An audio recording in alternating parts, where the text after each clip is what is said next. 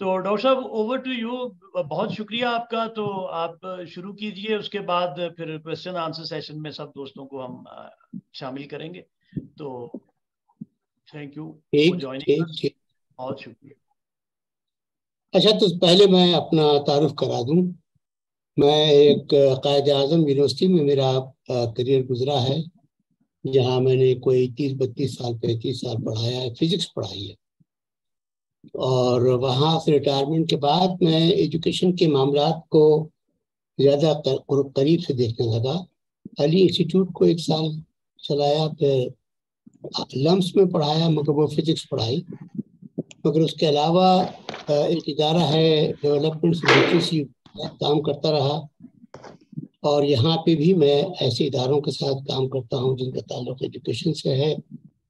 تو ایجوکیشن جو ہے وہ خاصا اب ایک میجر ایشو، میجر موضوع بن گیا ہے میری تعلیم کا، میری تفتیش کا وغیرہ وغیرہ. تو یوں ہے کہ میں جس چیز کی طرف آج بات کرنے والا ہوں، میں نے ٹائٹل تو رکھا تھا کہ دی ڈیبلیٹیٹنگ ویکنیس آف اور پبلک ایجوکیشن سسٹم، کہ وہ کون سی ایسی چیزیں ہیں جو ہماری پبلک ایجوکیشن سسٹم کی، ایسی کون سی چیزیں ہیں کہ جو بجائے اسٹرینتھن کرنے کے وہ ویکنیس پھیلاتی ہیں. تو اس میں اس کی ایسی میں نے مثال لی تھی کہ جیسے میل نیوٹریشن ہوتی ہے. تو میل نیوٹریشن جو ہے بد خوراکی یا کم خوراکی، اس سے جسم تو بڑھتا جاتا ہے لیکن توانا جسم نہیں ہوتا، اور دماغ پہ بھی بڑا اثر پڑتا ہے. میل نیوٹریشن کا اثر دماغ پہ بھی بہت پڑتا ہے. تعلیم میں بھی ایسی چیزیں جو کہ دماغ کی نشو و نما نہیں کرتی، اچھی طرح نشو و نما نہیں کرتی، ان سے تعلیم کا حصول مشکل ہو جاتا ہے. اور ایسی چیزیں جو ہیں ان کی نشاندہی کرنا بہت ضروری ہے. تو یہ کام ہے جو میں اس وقت، اس کے لیے میں نے یہ آج کا موضوع سوچا ہے. میں نے اس میں یوں ہے کہ اگر آپ کوئی ذہن میں ہوگا کہ ہمارے ہاں ایک ادارہ ہے اثر نام کا، ASER ادارہ تو کوئی اور ہے، IT ادارہ تعلیم و آگہی نام ہے اس کا، لیکن وہ ایک انٹرنیشنل سروے کرتا ہے. انٹرنیشنل سروے کا ایک نیشنل ورژن وہ بناتا ہے جو تمام ملک میں، تمام اضلاع میں جا کر دیکھتے ہیں کہ جو اسٹوڈنٹس نے تعلیم حاصل کی ہے وہ کہاں تک وہ ان کی تعلیم ان کے پاس، ان کے ساتھ دیتی ہے، کہاں تک وہ ریٹین کیے رکھتے ہیں.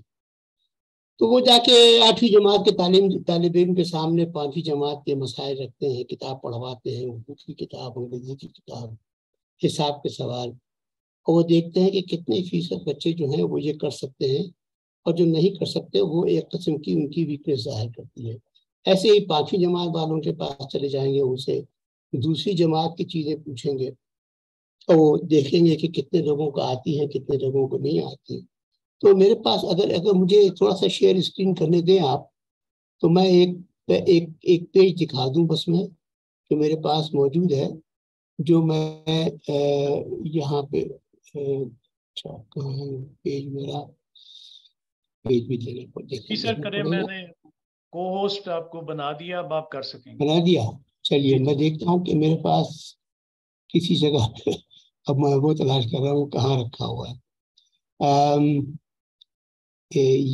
اس کو ذرا میں یہاں سے نیچے کر کے اور وہاں جا کے میں دیکھتا ہوں کہ کون سا پیج تھا. وہ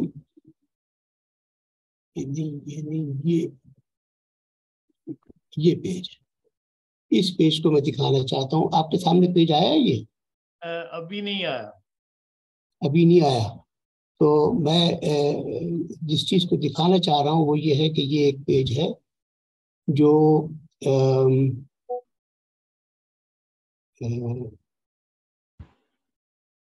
یہ پیج آپ کے سامنے نہیں آیا ابھی ہے؟ ابھی نہیں آیا. اچھا نہیں سر.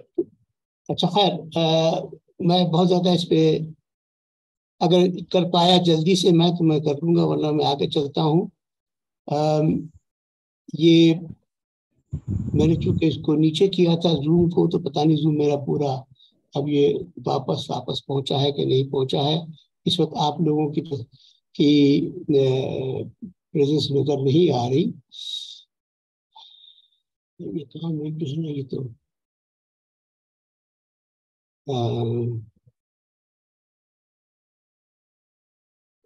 یہ نہیں چاہیے تھا، یہ چاہیے تھا، یہ چاہیے، یہ چاہیے.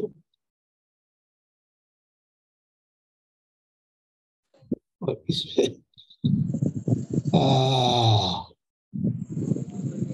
میں اس چکر میں اپنے اس کے پیج سے بھی باہر ہو گیا، زوم کے پیج سے باہر ہو گیا میں.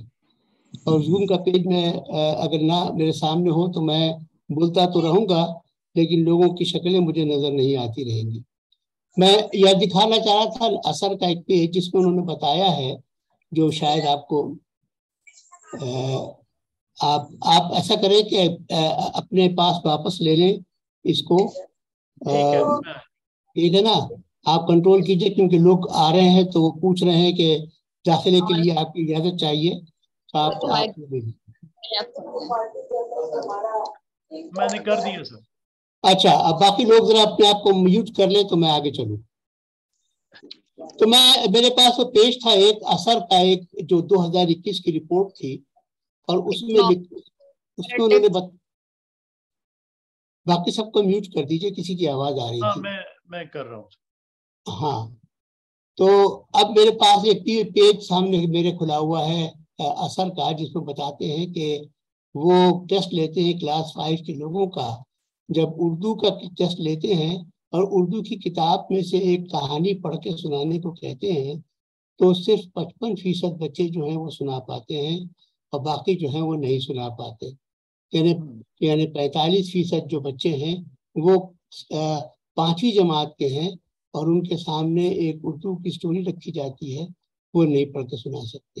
ایسے ہی انگریزی کی کتاب میں سے بھی وہ ان سے کہتے ہیں کہ اچھا سینٹینسز ہیں پڑھ کے سناؤ، تو وہ سینٹینسز میں سے بھی 56% کو تو پڑھ سکتے ہیں، اور باقی 44% جو ہیں وہ پڑھ نہیں سکتے. ایسے ہی ارتھمیٹک کے سوال دیے جاتے ہیں، اور وہ بھی بہت آسان سے، کہ 2 ڈیجٹ کی ڈیویژنز ہیں وہ دی جاتی ہیں، تو صرف 51% ہی کر پاتے ہیں، اور باقی جو 49% ہیں وہ یہ ڈیویژن نہیں کر پاتے. تو میں اب اس پیج کو تمہیں چھوڑتا ہوں. اب میں آپ مجھے فل پیج پہ لے آئیے. اب وہ میں اپنا ہاں، یہ ایسا ہے کہ آج کل میرا بیٹا باہر گیا ہوا ہے، ورنہ میں اس سے کہتا ہے وہ تو مجھے اس سے بلانا پڑتا ہے کہ بھائی دیکھو بھی کیا ہو رہا ہے، میں کیسے اس میں آؤں. وہ ہے نہیں اس وقت. چلیں، اس میں تو میں فارغ ہو گیا، لیکن اب میں کیسے زوم میں داخل ہوں گا، یہ ایک میرا مسئلہ ہے جو میں اب حل کرنے والا ہوں. نہ کر پاؤں گا تو پتہ نہیں. چلیں میں بولتا ہوں. ڈاکٹر صاحب ہاں زوم پہ تو آپ ہیں، آپ کی تصویر بھی آ رہی ہے، ہاں آپ کی آواز بھی آ رہی ہے. ریکنیکٹ کر لیں. چلیے میری تصویر آ رہی ہے نا؟ جی تصویر بھی آ رہی ہے، آواز بھی آ رہی ہے. Very good. چلیے میں آگے بات کرتا ہوں. جی. تو یہ وہ چیز ہے کہ جو سمجھتا ہوں کہ یہ بتاتا ہے کمزوری ہے. ابھی ایک سرکاری ادارہ ہوتا ہے نیز کے نام سے، نیشنل ایجوکیشنل اسسمنٹ سسٹم، اس کی رپورٹس آیا کرتی تھیں، اب وہ آج کل اویلیبل نہیں ہے.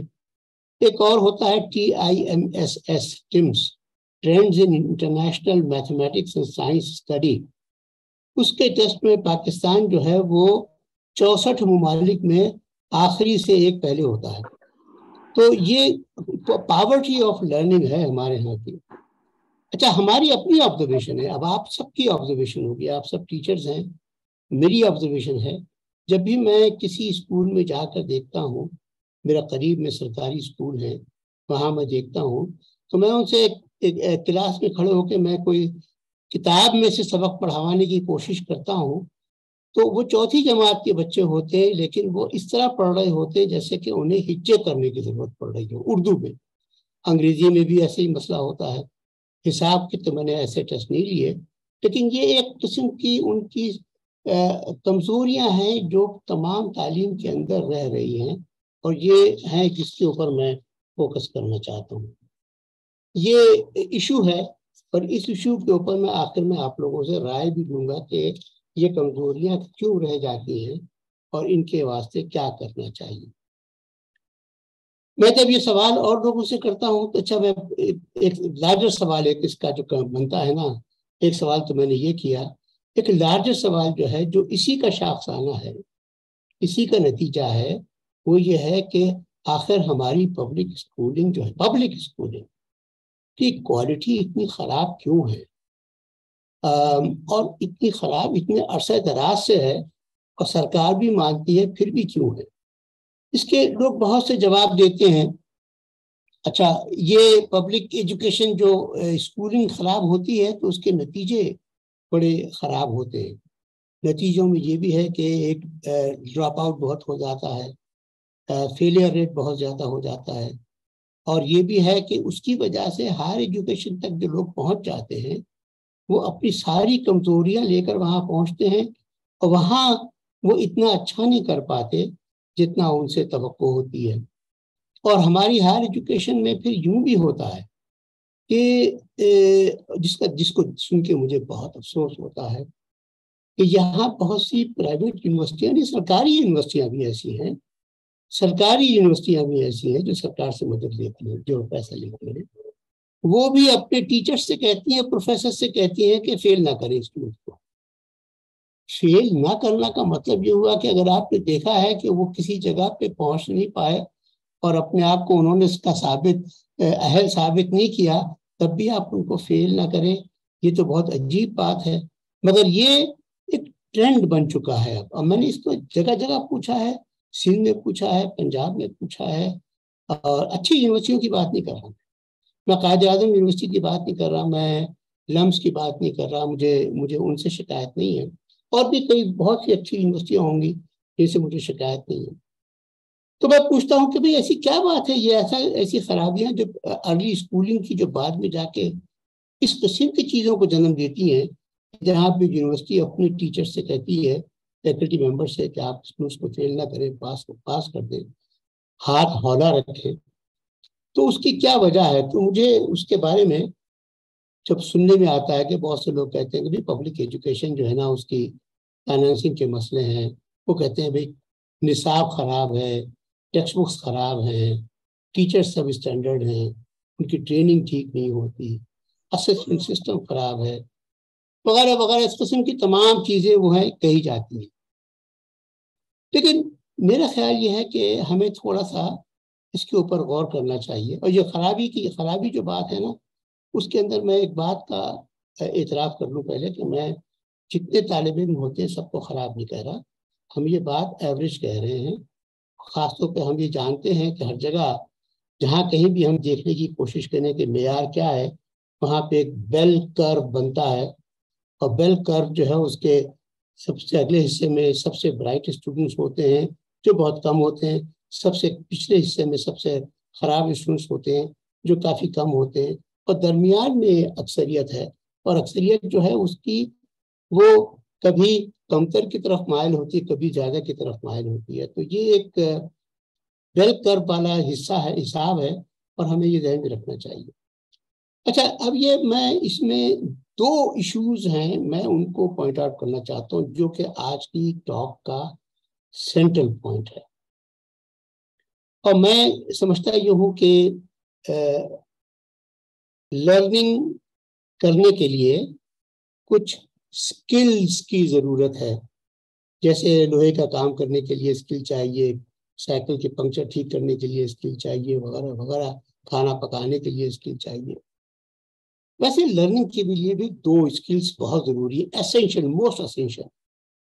وہ دو اسکلز جو ہیں ان میں سے ایک جو ہے وہ لینگویج کی پروفیشنسی چاہیے. اس میں ریڈنگ بہت ضروری ہے.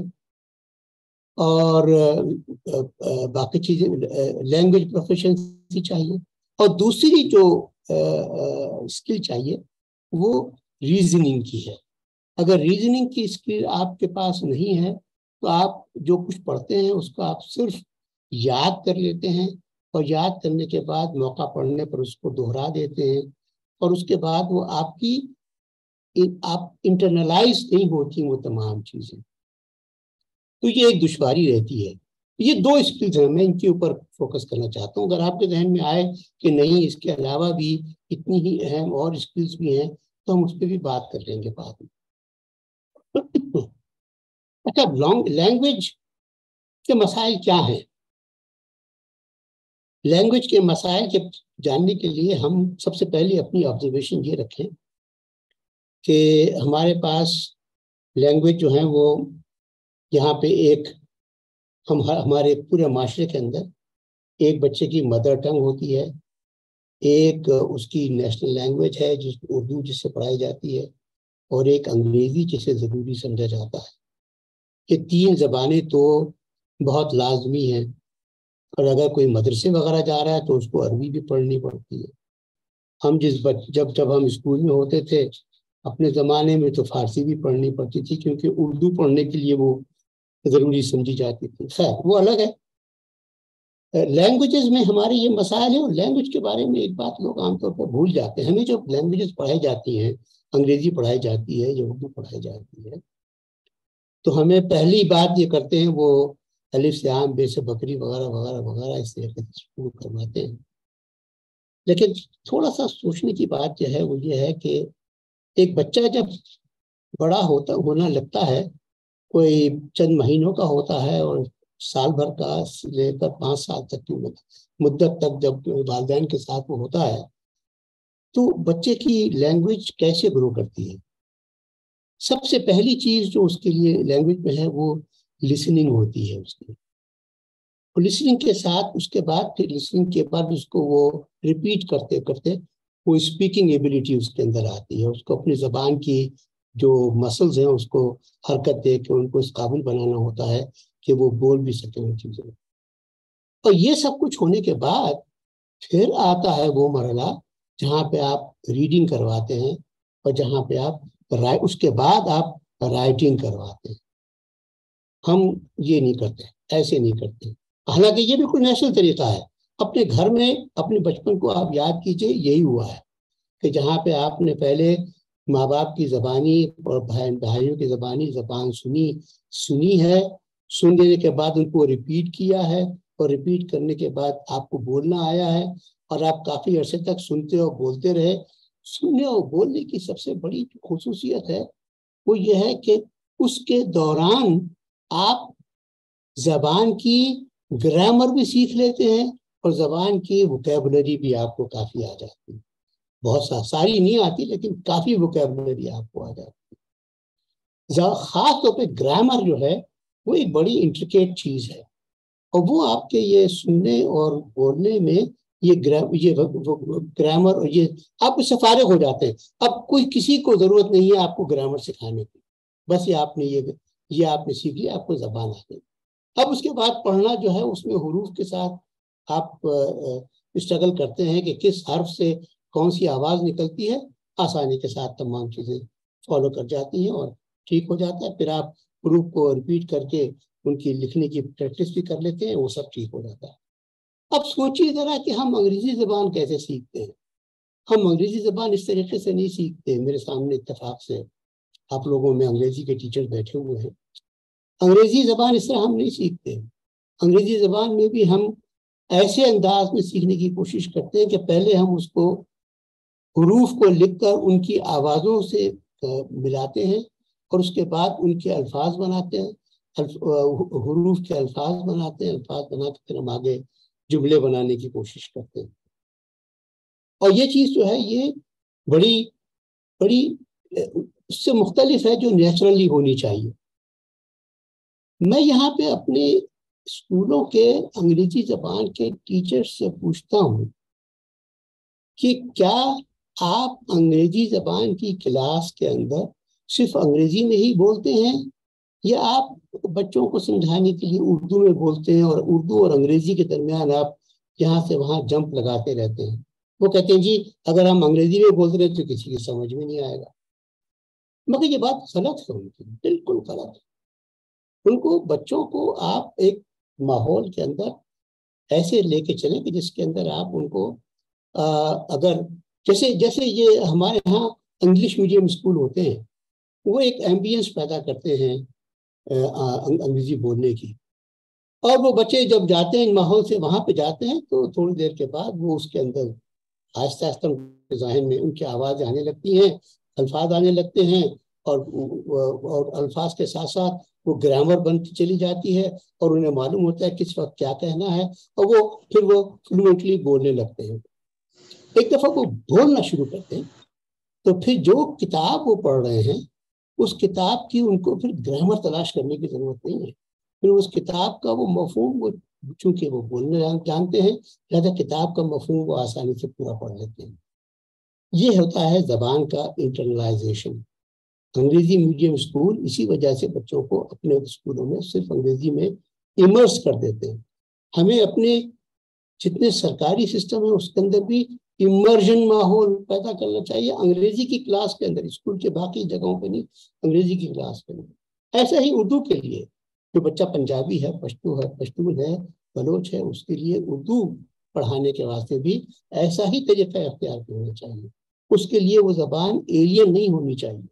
اور اتفاق ہے کہ چونکہ باہر ہم ہر جگہ اردو بولی جاتی ہے تو وہ اردو گرامر اور اردو کے الفاظ سے واقف ہوتے ہیں، لہذا گرامر اور ووکیبلری میں ان کو محنت نہیں کرنی پڑتی، وہ اس سے فارغ ہو چکے ہوتے ہیں.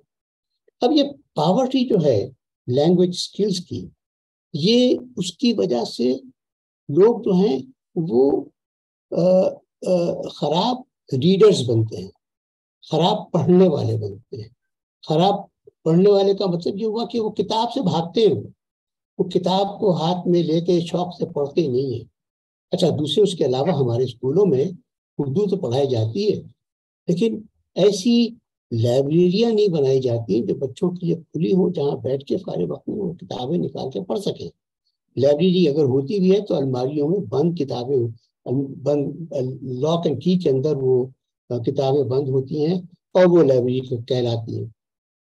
میں نے تجربہ کیا ہے سرکاری اسکولوں میں، دیہاتی سرکاری اسکولوں میں ایک لائبریری بنانے کی جہاں کتابیں ڈسپلیڈ ہوتی ہیں ہر طرف، اور وہ کتابیں جو ہیں دیکھ کے پھر بچے اٹھا کے پڑھنے لگے.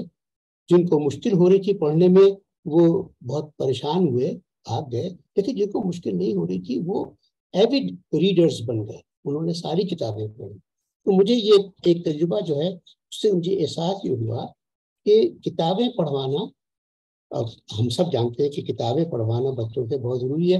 ہمارے ہاں اسکولوں کے کریکلم میں یہ لکھا ہوتا ہے کہ لائبریری کا پیریڈ ہونا چاہیے اور بچوں کو لائبریری میں لے جانا چاہیے، لیکن سرکاری سسٹم کے اندر ان تمام چیزوں کے اوپر اثر نہیں ہوتا.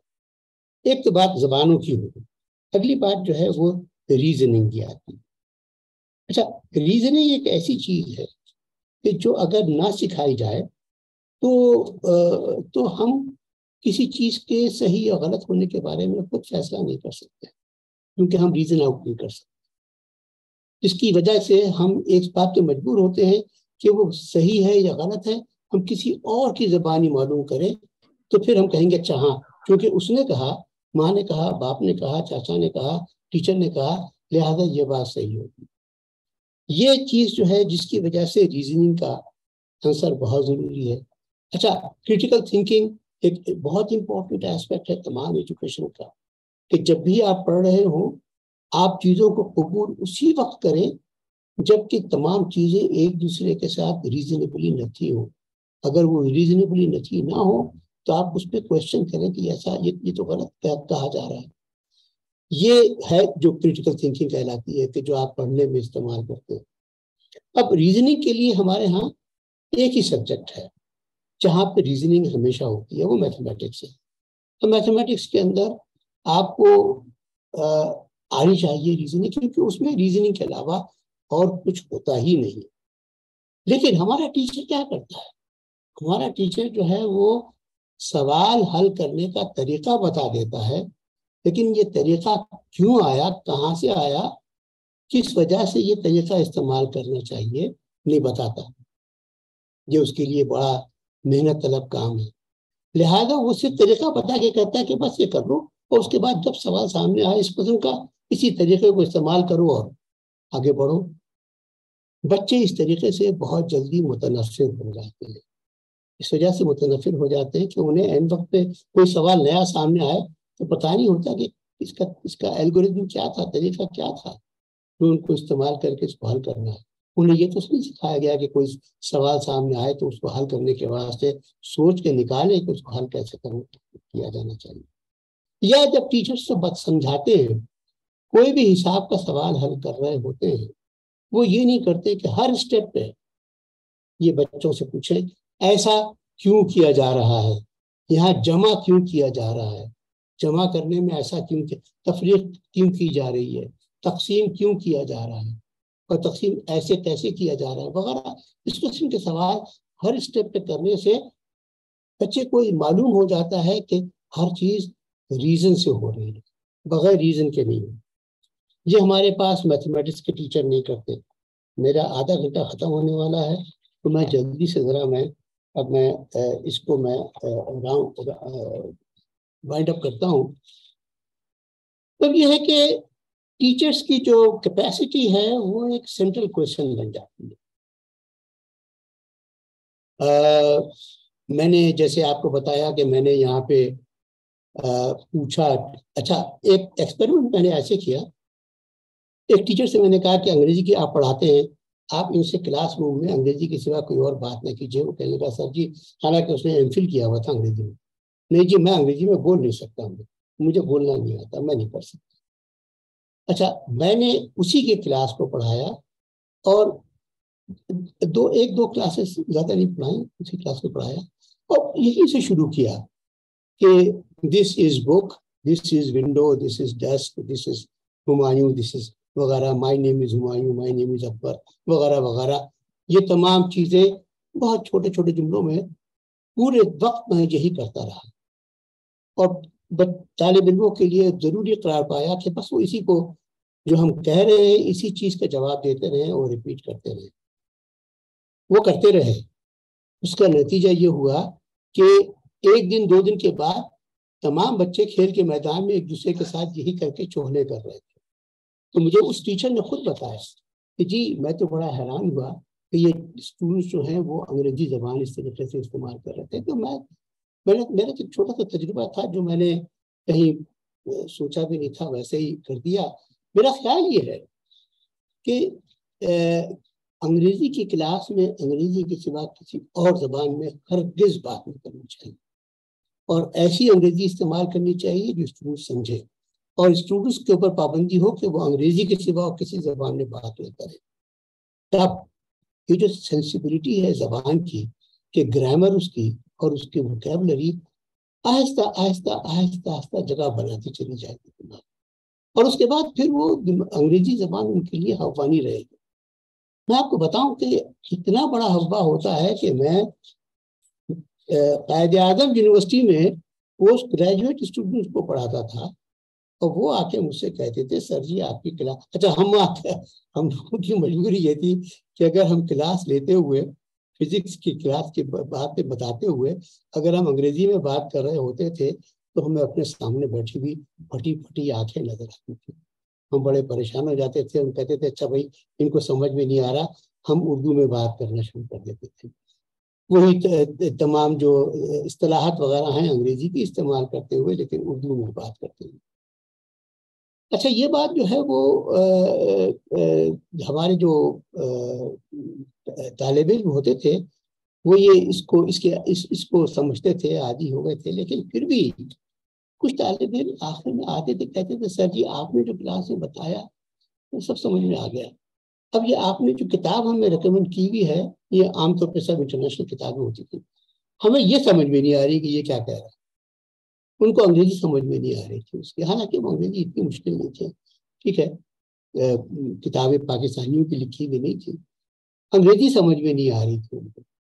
اچھا خیر ان کی ہیلپ وغیرہ تو کر دی، مگر اس سے یہ معلوم ہوا، اس سے نہ صرف اس سے معلوم ہوا بلکہ ایک اور چیز سے معلوم ہوا.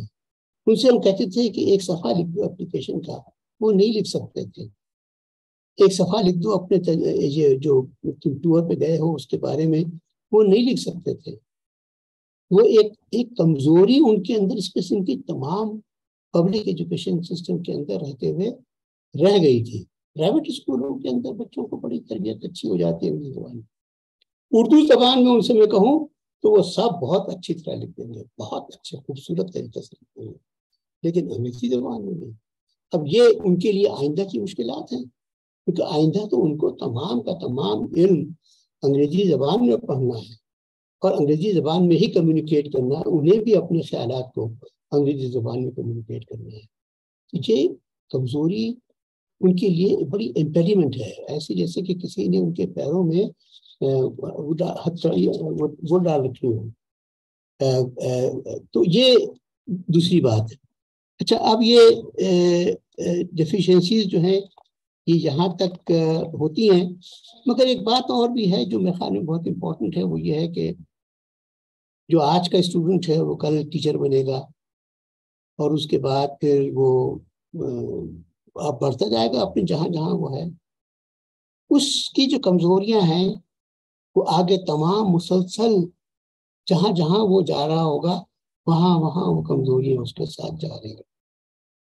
اور یہ کمزوریاں جو ہیں وہ بعض اوقات پریشان کن بن جاتی ہیں، بعض اوقات ایسی پریشان کن بن جاتی ہیں. میں اپنا یہ موضوع سے ہٹ کے ایک بات ہے جو میں صرف ایک ایویڈنس کے طور پہ میں بتانا چاہتا ہوں. میں بڑا پریشان ہوتا ہوں جب میں دیکھتا ہوں کہ پاکستان کے جو بین الاقوامی معاہدے ہیں جن کے اوپر پاکستان نے سگنیچر کیے ہوئے ہیں، چاہے انڈس واٹر ٹریٹی ہو، چاہے کشمیر کا مسئلہ ہو، چاہے وہ یو این کے اندر ڈسکشن ہو، چاہے وہ وغیرہ، پاکستانی جب یہاں سے جاتے ہیں اپنا موقف لے کر اور ہندوستان وہاں سے موقف لے کر آتا ہے، انویریبلی پاکستانیوں کا موقف جو ہے وہ شکست کھا جاتا ہے، کیونکہ وہ اپنی بات کو صحیح طرح آرٹیکولیٹ نہیں کر پاتے. وہ ریزننگ کی کیپیسٹی ان کی جو ہے وہ اتنی اچھی نہیں ہوتی کہ وہ اس کو پورا کر سکے. اور یہ ایک دفعہ دو دفعہ نہیں، کئی دفعہ ہوا ہے، جو تکلیف کی بات ہے ہمارے پاس. اور یہ وہ لوگ ہیں کہ جو اب بہت سینئر ہیں، اور سینئر ہونے کا مطلب یہ نہیں کہ اب بٹھا کے ان کو آپ سمجھائیں گے، تمام چیزیں پڑھائیں گے. یہ کمزوریاں ان کی اندر رچ بس گئی ہیں اور ان کمزوریوں کی وجہ سے ان کے آگے کی طرف وہ بے بس ہیں. تو یہ باتیں جو تھی یہ میری میں نے جو کی ہیں آپ سے، یہاں پہ میں رک جاتا ہوں کیونکہ میرا ایک گھنٹہ بھی پورا ہو گیا. اور دوسرے یہ ہے کہ مجھے بتائیے ان دو کمزوریوں کے علاوہ تو بنیادی میں نے اسکلز بتائی ہیں، اور بھی آپ کے ذہن میں اسکلز ایسی آتی ہیں، میں سمجھتا ہوں کہ یہ تو بہت سینٹرل ہے. ان کو اگر ٹھیک کر دیں تو شاید ہمارے ہاں تعلیم میں بچوں کی وہ کمزوریاں نہ رہیں جو کہ آج کل ہمیں نظر آتی ہیں، اور خاص طور پہ سرکاری اسکولنگ سسٹم کے اندر نظر آتی ہیں. اگر آپ کو اس میں کچھ اور بھی نظر آتا ہو تو پلیز مجھے بتائیے، میں یہاں رک جاتا ہوں. اور ایسا کرتا ہوں میں شاہد صاحب کہ میں یہاں سے اپنے آپ کو باہر نکال کے اور پھر میں نئے سرے سے اپنے آپ کو انٹر کرتا ہوں زوم کے اندر، کیونکہ اس وقت جو زوم ٹھیک ہے نا. اوکے ٹھیک سر.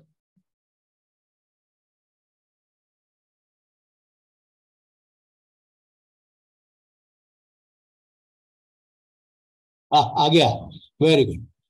نہیں آپ نکلے بھی نہیں اور آ گیا، دیکھیں یہ ٹھیک ہو گیا. Very good.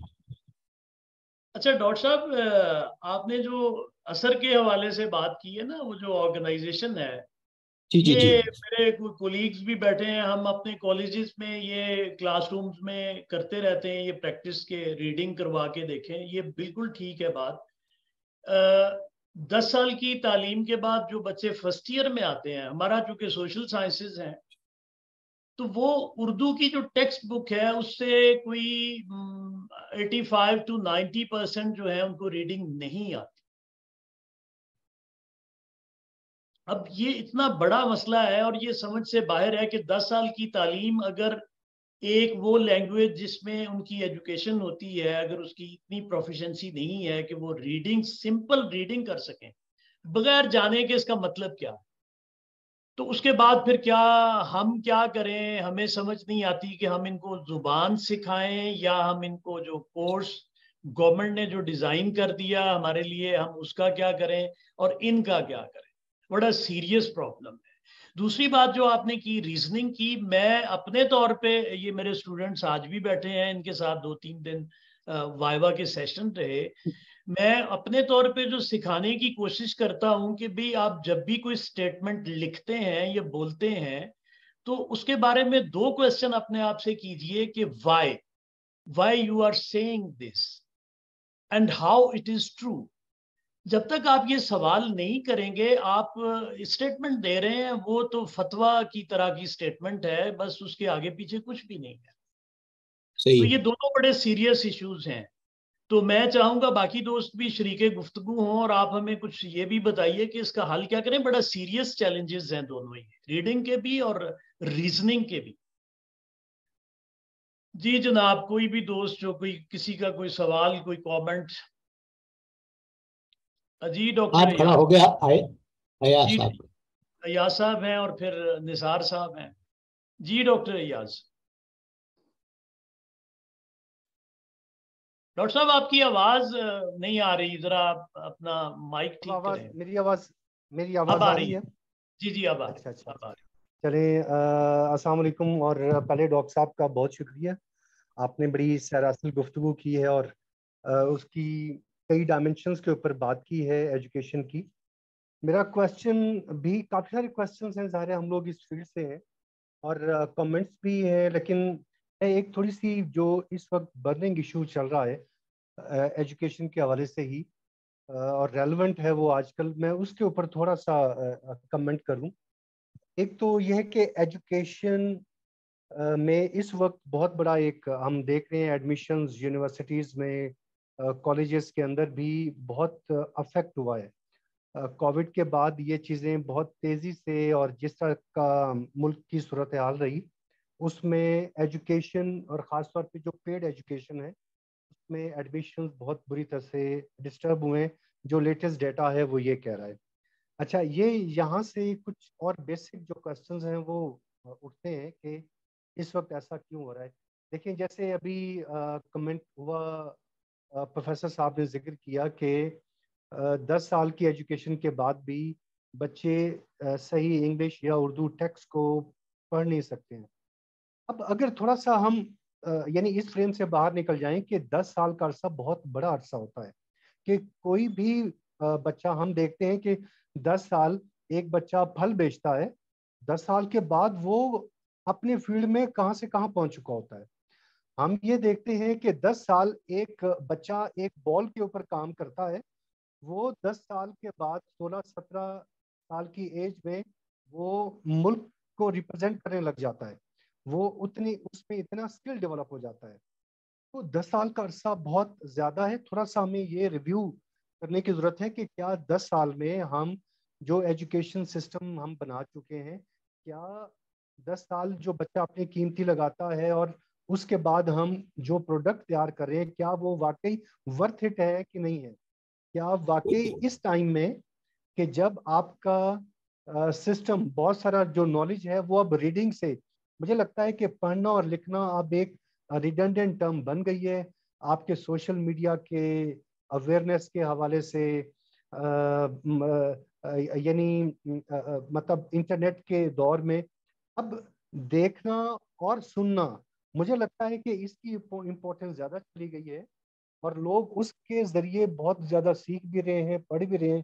تو اس وقت تو جو سروائیول کی، پڑھنے اور لکھنے کی، تو مجھے لگتا ہے کہ سروائیول کی لڑائی آ پہنچی ہے، کیونکہ ہم شاید ایکڈیمیشن اس چیز کو اگلے سالوں میں جسٹیفائی نہ کر سکیں۔ یہ میرا ایک فیل ہے، ایک کمنٹ ہے کہ بہت زیادہ انرجی لگ رہی ہے لیکن اس کا آؤٹ پٹ بہت کم آ رہا ہے۔ وہ مطلب اتنا نہیں ہے کہ ہم اس کو ایک آنریبل لائف 10 سال کے بعد، ایون یونیورسٹی میں ہم دیکھ رہے ہیں جس طرح کے اسٹوڈنٹس آ رہے ہیں، یا جس طرح سے ہم بنا کے 16 سال کی ایجوکیشن کے بعد اس کو بھیج رہے ہیں، وہ اپنے فیلڈ میں سروائیو کرنے کے لائق نہیں ہوتا بچہ، ایز کمپیئر ٹو کسی بھی جگہ کے اوپر وہ 5-7 سال کام کرتا ہے. تو وہ یعنی یہ اوور آل میں ایجوکیشن کے اوپر یہ کمنٹ کر رہا ہوں کہ یہ ایک ہے. اچھا دوسرا ایک دیکھیں نا، اور یہ اسی سے لنکڈ ہے، جیسے ڈاکٹر صاحب نے بات کی کہ میتھمیٹکس ہمیں لاجک سکھاتا ہے اور لاجک وہاں سے آتی ہے، لیکن آپ یہ دیکھیں کہ مطلب ہماری سراؤنڈنگ میں ہمارے دوست ہیں بہت کہ میتھمیٹکس کے ٹیچرز آپ دیکھیں وہ میتھ میں تو بہت اچھے لاجک وہ سکھاتے بھی ہیں اور اس کا استعمال بھی کرتے ہیں، لیکن جیسے ہی پرسنل لائف آتی ہے وہ ساری لاجک ختم ہو جاتی ہے ایک دم. تو یعنی یہ جو چیزیں ہیں اس کو ہم کیسے، یہ کوشچن ہے میرا کہ میتھ جیسے سبجیکٹ میں پی ایچ ڈی کیوں، یہ ایک ہمارے فرض کیا دوست ہیں اور بہت سارے احباب ہیں، پرسنل لائف میں ہم دیکھتے ہیں کہ کہیں بھی لاجک کا استعمال نہیں ہے، لیکن یہ یعنی ہم کیسے ریلیٹ کریں گے؟ یہ اس کو کوشچن سمجھ لیں یا اس کو کمنٹ سمجھ لیں. میں بس یہیں پہ اپنے آپ کو روکتا ہوں کیونکہ یہ ٹاپک ان اینڈنگ ہے، اس کے اوپر بہت گفتگو ہو سکتی ہے. بس میری طرف سے صرف اتنی تاکہ باقی لوگ کنٹریبیوٹ کر سکیں. بہت شکریہ. ابھی اور سوال سن لیں یہ پہلے اور بھی کمنٹس لے لیں. ڈاکٹر صاحب آپ اس کو ایڈریس کر لیں، باری باری ہم پھر کر لیں گے. پھر اچھا چلیے ٹھیک ہے. میں پہلے تو آپ کا کامنٹ تھا، میں اس کے بارے میں بہت زیادہ کچھ نہیں کہہ رہا. میں آپ کا کامنٹ، آپ تمام دوست بھی اس پر اپنے کامنٹ کریں گے اور بتائیں گے. یہ جو آپ نے آخر میں بتایا کہ لوگ میتھمیٹکس جیسے سبجیکٹ کے پروفیسر ہونے کے باوجود بھی اپنے رویوں کے اندر اللاجیکل ہیں، تو اس کے بارے میں مطلب یہ لازمی تو نہیں ہے کہ اگر انہوں نے لاجک پڑھی ہو تو انہوں نے اتنا انٹرنلائز کیا اس کو کہ اپنی زندگی کے ہر شعبے کے اوپر اس پہ اختیار کرنے پہ وہ تیار ہو گئے ہوں. یہ تو نہیں ہے. مسئلہ جو سارا ہے وہ یہی ہے کہ ہم تمام جو بنیادی چیز ہم سیکھتے ہیں اس لاجک سے کہ جو میتھمیٹکس کہتی ہے وہ یہ ہے کہ صحیح یا غلط ہمیں کسی اور کو بتانے کی ضرورت نہیں ہے. ہم خود ہی جان لیں گے کہ جو بات ہم کہہ رہے ہیں وہ صحیح ہے یا غلط ہے، کیونکہ میتھمیٹکس جو ہے وہ بالکل آپ کو یہ بتاتی ہے. اور یہی چیز جو ہے وہ ہم اپنی زندگی کے اور حصوں میں بھی کر سکتے ہیں کہ ہم بجائے اس کے کہ کسی اور کے احکام کا انتظار کریں، ہم خود ہی یہ دیکھ لیں کہ کہاں تک ہم اس کو سمجھتے ہیں کہ یہ ہمارے لیے، یہ ہمارے ماحول کے لیے یا ہمارے احباب کے لیے ٹھیک ہے. لیکن میرا خیال ہے کہ انسانی ذہن کو اتنا اسٹریٹ فارورڈ کو میکینیکل ڈیوائس نہیں ہے کہ جو ایک ہی قسم کے اثر سے ایک ہی جیسا اس کا ریئیکشن ہو. اس کے بہت سے کمپلیکس ریئیکشنز ہو سکتے ہیں. بس میں یہ کہہ سکتا ہوں کہ آپ نے جس بات کی طرف اشارہ کیا ہے وہ یہی ہے کہ بہت سے کمپلیکس اس ایک مخصوص چیز کے بہت سے کمپلیکس ریئیکشنز ہو سکتے ہیں. نثار صاحب. جی نثار صاحب. السلام علیکم سر. وعلیکم السلام.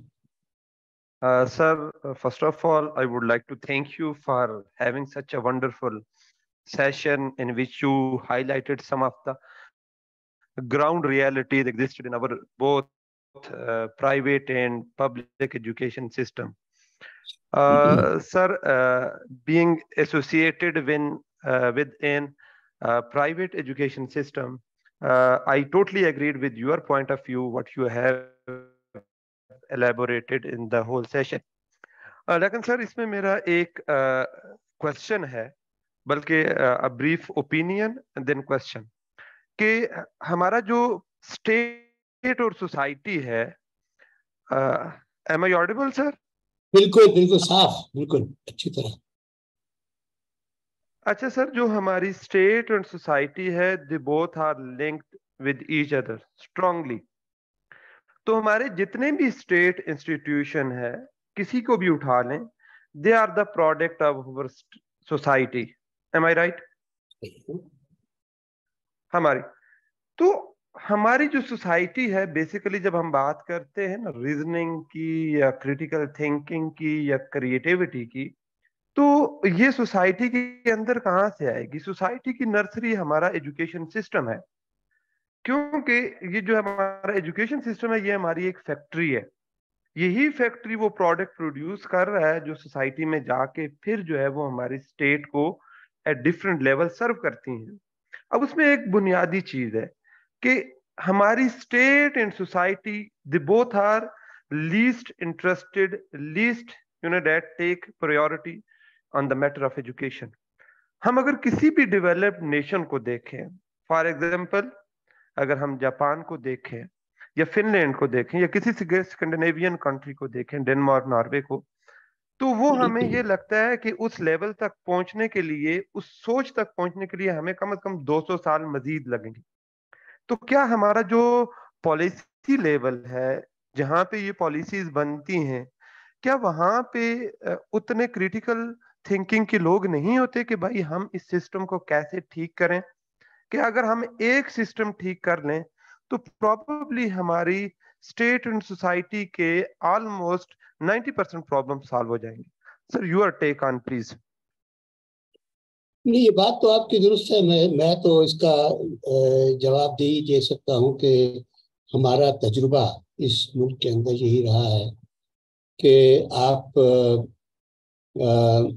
جو بھی آپ پالیسیز بنائیں، جو بھی طریقے اختیار کرنے کی کوشش کریں، اچانک ہی کسی ایک طرف سے کوئی ایک مطالبہ ہوتا ہے اور آپ تمام ایسی باتیں اختیار کرنے پہ مجبور ہو جاتے ہیں کہ جو ان تمام چیزوں کو ریورس کر دیتے ہیں.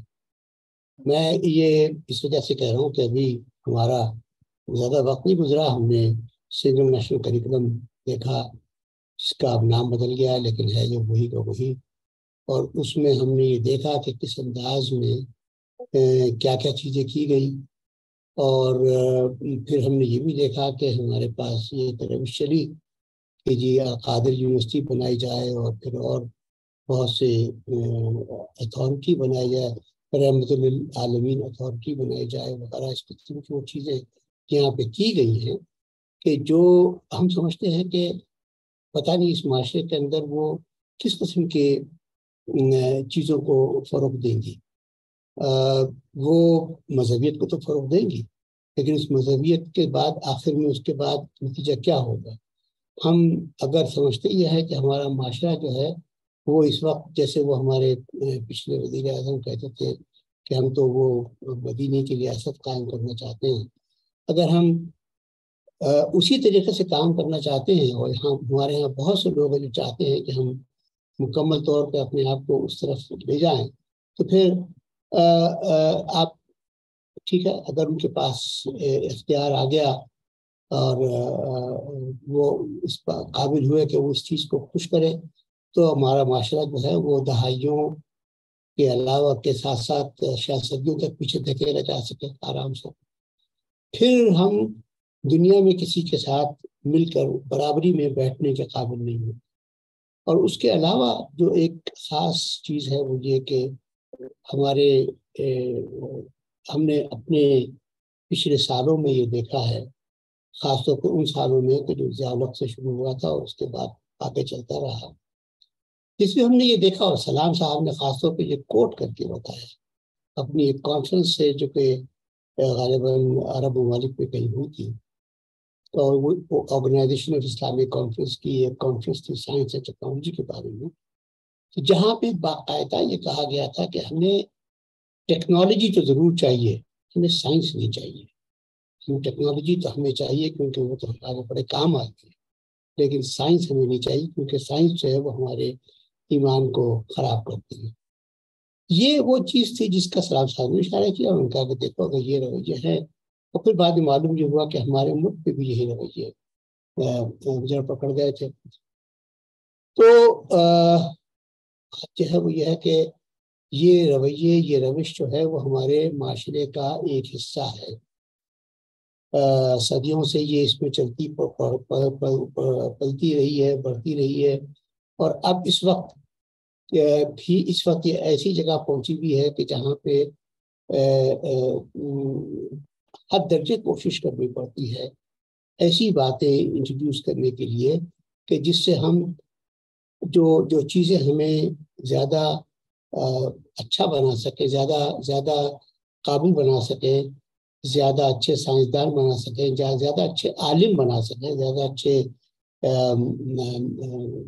شاعر بنا، زیادہ اچھے عالم اس لحاظ سے کہ وہ جو علم میں جو سوشل سائنٹسٹ ہوں، چاہے نیشنل سائنٹسٹ ہوں، چاہے وہ انجینئرز ہوں، چاہے وہ ٹیکنیشینس ہوں، وہ سب کے سب بہت اعلیٰ درجے کے ہوں، وہ کرنے کے لیے ہمیں لازم ہے کہ ہم اپنے ہاں اپنی ایجوکیشن سسٹم میں ایسے خیالات کو درمیان میں لانے نہ دیں۔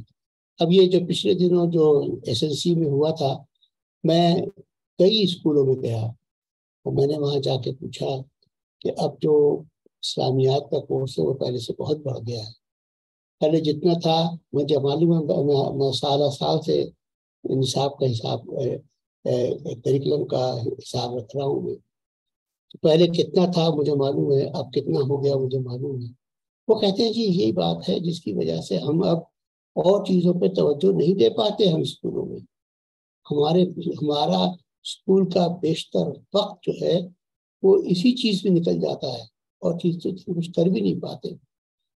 تو ہمارے جو پچھلے وزیر اعظم تھے اور پچھلی حکومت جو تھی اس کی بڑی مہربانی، اور یہ کہ اس کی وہی تمام چیز اس وقتی حکومت نے بھی اختیار کر لی، لہذا ان پہ کیا بلیم کرنا، اس وقت جو ہے وہ بھی وہی چیز کر رہے ہیں۔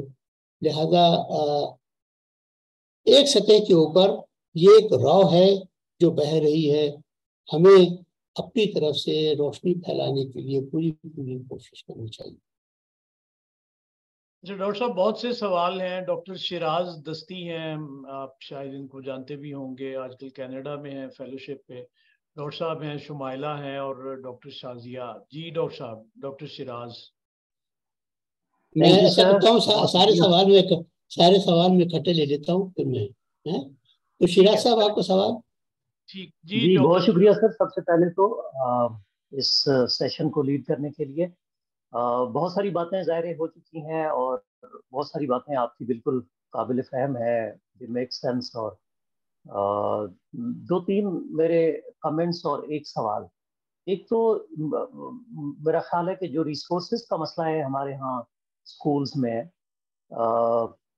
خاص طور پہ پبلک اسکولز میں، اس کی بات عموماً ہم یعنی خاص طور پہ جو یعنی فزیکل ریسورسز ہیں، اسکول بڑے بڑے رقبے پہ ہوتے ہیں، کمرے شمرے بھی بنے ہوئے ہوتے ہیں، funds even class room environment کے لیے بھی آ جاتے ہیں بہت ساری جگہوں سے، لیکن جو ٹیچر کی تنخواہ ہے، میرا یہ خیال ہے کہ آج بھی اگر اس کو آپ پولیس کے ساتھ، اگر فوج کے ساتھ کمپیئر کریں تو ٹیچر کو کچھ نہیں ملتا ہے۔ بہت تھوڑی تنخواہ پہ پرائمری اسکول کا ٹیچر کام کر رہا ہوتا ہے، اور اس کی وجہ سے پھر میں نے یہ دیکھا ہے کہ ٹیچرز جو ہیں بیچارے، وہ کوئی ایگزام ڈیوٹیز کر کے، کوئی پیپر مارکنگ کر کے، کوئی کام کر کے، وہ ان چیزوں میں، اور چھوٹے چھوٹے کاروبار کر کے ان چیزوں میں مصروف ہوتے ہیں۔ اور وہ جو آپ نے شروع میں بات کی ہے ریٹینشن کی، وہ پھر ریٹینشن جو انہوں نے ایم فل وغیرہ کیا ہوا ہوتا ہے، وہ بھی وہ اوور ٹائم بھول جاتے ہیں، کیونکہ ان کی توجہ انہیں یہ ہوتا ہے کہ اب ایک نوکری لگی ہوئی ہے تو بس اب ہمیں مالی طور پہ خود کو اسٹیبل کرنا چاہیے۔ تو وہ جو ایک سپورٹ سسٹم ہے جو بہت سارے اور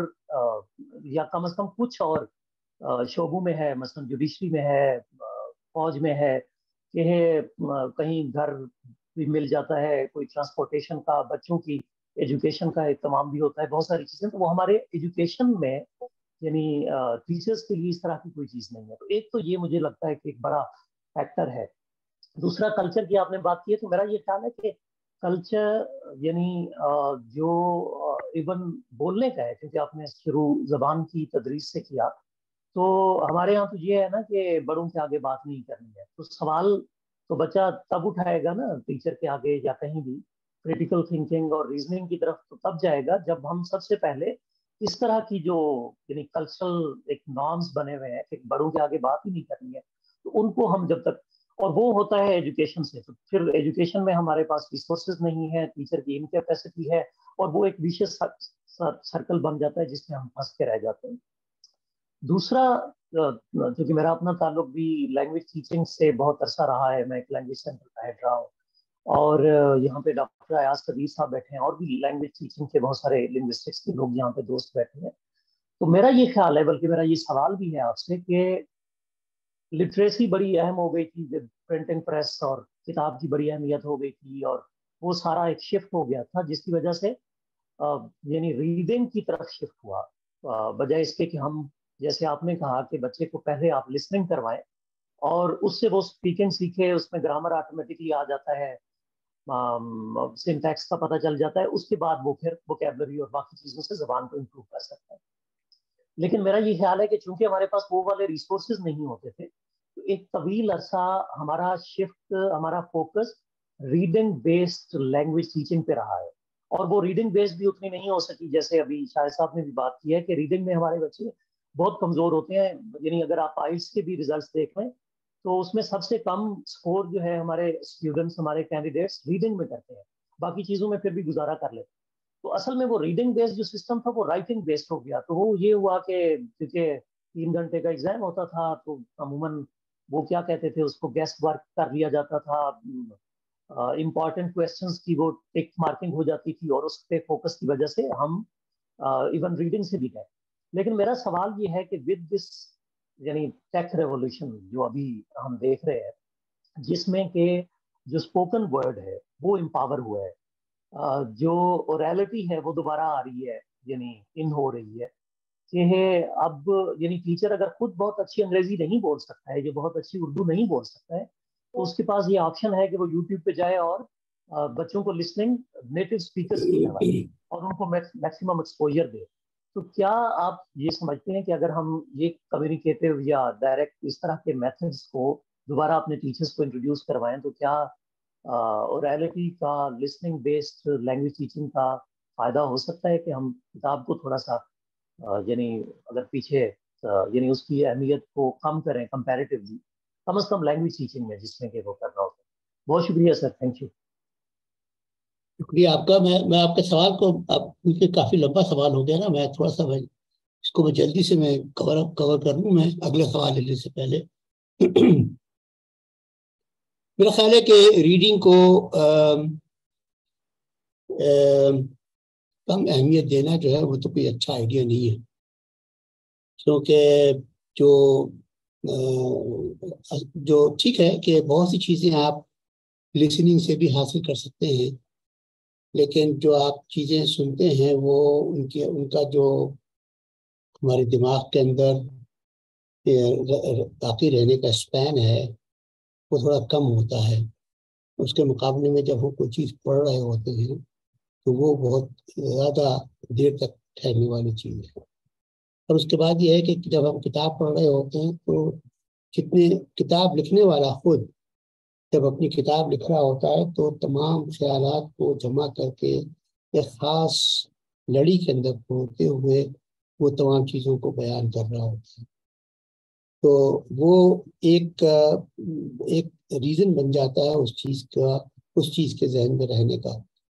پڑھنا جو ہے وہ ابھی بھی میں سمجھتا ہوں کہ پڑھنا جو ہے وہ ایک بہت بڑی کوالٹی ہے اور ایسینشل کوالٹی ہے، اور اس کے لیے اسٹوڈنٹس کو تیار کرنا بہت ضروری ہے.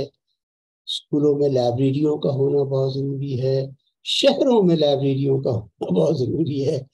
مجھے ہنسی یوں آ گئی کہ اسلام آباد میں میرے ایک دوست ہوتے تھے، صحافی دوست تھے، الیاس صاحب، جو اس میں کام کرتے تھے پاکستان ٹائمز میں. تو وہ انہوں نے ایک پورا پروجیکٹ اپنے ہاتھ میں لیا اور بڑی تنتہی سے انہوں نے کیپٹل ڈیولپمنٹ اتھارٹی کو انہوں نے کہا، جا کے مجبور کیا کہ آپ اپنے یہاں پہ ہر سیکٹر کے اندر ایک لائبریری بنائیں، ہر سیکٹر میں نہیں، ہر سب سیکٹر میں ایک لائبریری بنائیں. انہوں نے بلڈنگز بنوا دی لائبریری کی. کچھ سی ڈی اے کے چیئرمین تھے، وہ تیار ہو گئے، بلڈنگز بن گئی لائبریری کی. اور پھر بیچاروں کا انتقال ہو گیا، وہ رسیدہ تھے وہ، تو اس کے بعد سارا پروگرام ڈھپ ہو گیا، کسی اور نے نہیں اٹھایا. ایک بھی پورے اسلام آباد میں اندازہ کریں کہ ہم وہ لوگ ہیں کہ ہمارے پاس اگر ویلیوبل لائبریریز ہوتی تھی تو وہ برٹش کاؤنسل یا امریکن سینٹر کی ہوتی تھی، اور انہی کو ہم نے جلا جلا کے ختم کیا. تو اس کے بعد ہمارے پاس اب لائبریریاں نہیں ہیں. یونیورسٹیوں کی لائبریریاں ہیں لیکن وہ ہر ایک کے اختیار میں نہیں ہے. آپ نیشنل لائبریری چلے جائیں، حیرت ہوتی ہے دیکھ کے کہ کتابیں جو ہیں وہ لاک اینڈ کی کے اندر ہوتی ہیں. اس میں جا کے آپ کتابیں آپ کو تلاش کرنا ہی مشکل ہوتا ہے. تو لائبریریاں جو ہیں ان کا ایک بہت امپورٹنٹ کردار ہے. سب سے ہمارے معاشرہ ان معاشروں میں استعمال ہوتا ہے جہاں کتابیں بہت کم چھپتی ہیں اور بہت کم پڑھی جاتی ہیں، اور یہ ہمارے پسماندہ ہونے کی نشانی ہے. تو پڑھنا میرے خیال میں بہت ضروری ہے. میں اگر پڑھنے کے اوپر آپ بحث کرنا چاہتے ہیں تو میں اس پوائنٹ کو تھوڑا سا مؤخر کر دیتا ہوں، بعد میں آپ سے میں ایک دفعہ اور پوچھوں گا. باقی اس کے علاوہ یہ ہے کہ جو آپ کے خیال ہے کہ دوست احباب یہاں پہ ہمارے ٹیچرز جو ہیں وہ بہت کم پیڈ ہیں. سرکاری ٹیچرز ایکچولی، اگر سرکاری ٹیچرز جو ہیں آج کل سب کے لیے ضروری ہے کہ انہوں نے 4 سال کا BS ایجوکیشن کیا ہوا ہو، وہ ڈگری کی بھی ہو، یا اس کے علاوہ دوسری ڈگری جو ہوتی ہے وہ کی بھی ہو. اس کے بعد ان کے گریڈ جو ہیں وہ کافی اچھے ہو جاتے ہیں. اور پھر میں جس گاؤں کے پرائمری اسکول میں جاتا ہوں وہاں ٹیچرس مجھے بتاتے ہیں کہ ان کی تنخواہیں جو ہیں وہ 70, 80, 90 ہزار 1 لاکھ روپے تنخواہیں ہوتی ہیں.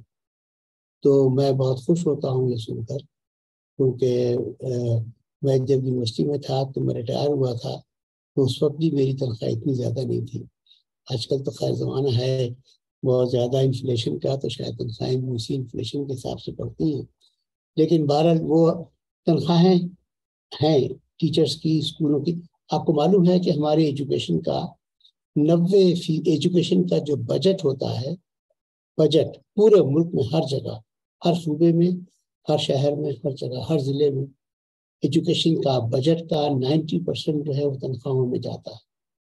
باقی 10% ہوتا ہے جو دوسرے اخراجات کے اوپر صرف ہوتا ہے. اور یہ ایک پروجیکٹ تھا جو میں نے کئی سال پہلے کیا تھا پاکستان بھر کے اضلاع کا، کہ وہاں پہ ایجوکیشن، وہ اس زمانے میں لوکل باڈی سسٹم تھا، تو لوکل گورننس سسٹم تھا، تو ڈیولوشن تھا ضلعوں کی حد تک. تو ضلعوں کی حد تک بھی یہی عالم تھا کہ 90% of the budget went to salaries. تو یہ مسئلہ اتنا گہرا نہیں ہے. ٹھیک ہے یہ کہ وہ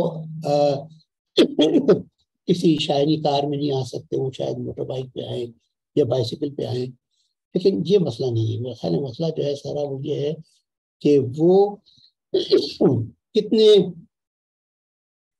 انتھیوزڈ ہیں اس کام کے لیے، کتنے وہ سمجھتے ہیں کہ یہ طالب علم جو اس وقت میرے پاس آئے ہیں ان کے اندر میں چند خوبیاں ایسی پیدا کر دوں جب یہ آگے جائیں تو وہ خوبیاں ان کے لیے زندگی بھر کے لیے کام آئیں. اگر وہ یہ نہیں جانتے، وہ یہی نہیں کرنا چاہتے، تو پھر تو وہ مردہ ٹیچر ہے، پھر کسی کام کے نہیں ہے. چلیں اب جناب ہمارے پاس شازیہ آر خان ہے، ان سے پوچھیں. شازیہ ہے اور شمائلہ ہے، ان کے ہاتھ تھک گئے ہوں گے. عائشہ خان ہے. 3 کوسچن ہیں ابھی ہمارے پاس. جی میں 3 کوسچن اکٹھے لے لوں، میں اکٹھے لے لوں 3 کوسچن. ٹھیک ہے جی. شمائلہ اور پھر شازیہ اور پھر عائشہ، تینوں کوسچن اکٹھے لے لیتے ہیں. جی شمائلہ. اچھا سر، میرا سوال ہے کہ ہمارے ایجوکیشن سسٹم میں جو میجر اسٹیک ہولڈر ہیں اس میں ٹیچرز جو ہیں وہ میجر اسٹیک ہولڈر ہیں. تو although teachers are being trained but still they lack in professionalism. تو اس کے پیچھے کیا ریزن ہے؟ مطلب پبلک سیکٹر ہو یا پرائیویٹ سیکٹر ہو، وہ پھر ہمارا کیا ویک ایجوکیشن سسٹم ہے کہ وہ BEd کر کے آتے ہیں، M.Ed کر کے آتے ہیں، لیکن جو پروفیشنلزم، کیونکہ میں ٹیچر ٹریننگ پہ کام کرتی ہوں تو پروفیشنلزم کی وہ مجھے شدید کمی محسوس ہوتی ہے. تو اس کے پیچھے جو بڑی وجہ ہے وہ آپ کو کیا لگتا ہے؟ شمائلہ، میں ڈاکٹر صاحب کی ایک ہم سٹیک ہولڈر ہیں. ویسے یہ تھیوریٹیکل بات ہے یا پریکٹیکل بات آپ کر رہے ہیں؟ میرے خیال میں تو ہم سٹیک ہولڈر نہیں ہیں. چلے ٹھیک ہے، باقی ڈاکٹر صاحب ڈیل کریں. جی ڈاکٹر شازیہ. نہیں میں اب شازیہ سے پوچھتے ہیں سوال. جی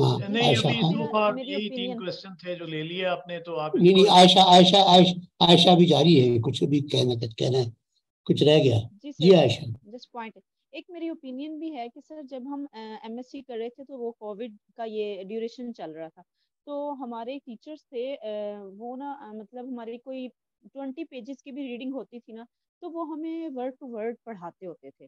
انہوں نے مطلب ہمیشہ ایسا کیا. آگے ہم نے ایم فل کیا تو بھی انہوں نے 30 پیجز کی ریڈنگ ہے تو وہ ورڈ ٹو ورڈ ہی اس کو ریڈ کر رہے ہیں.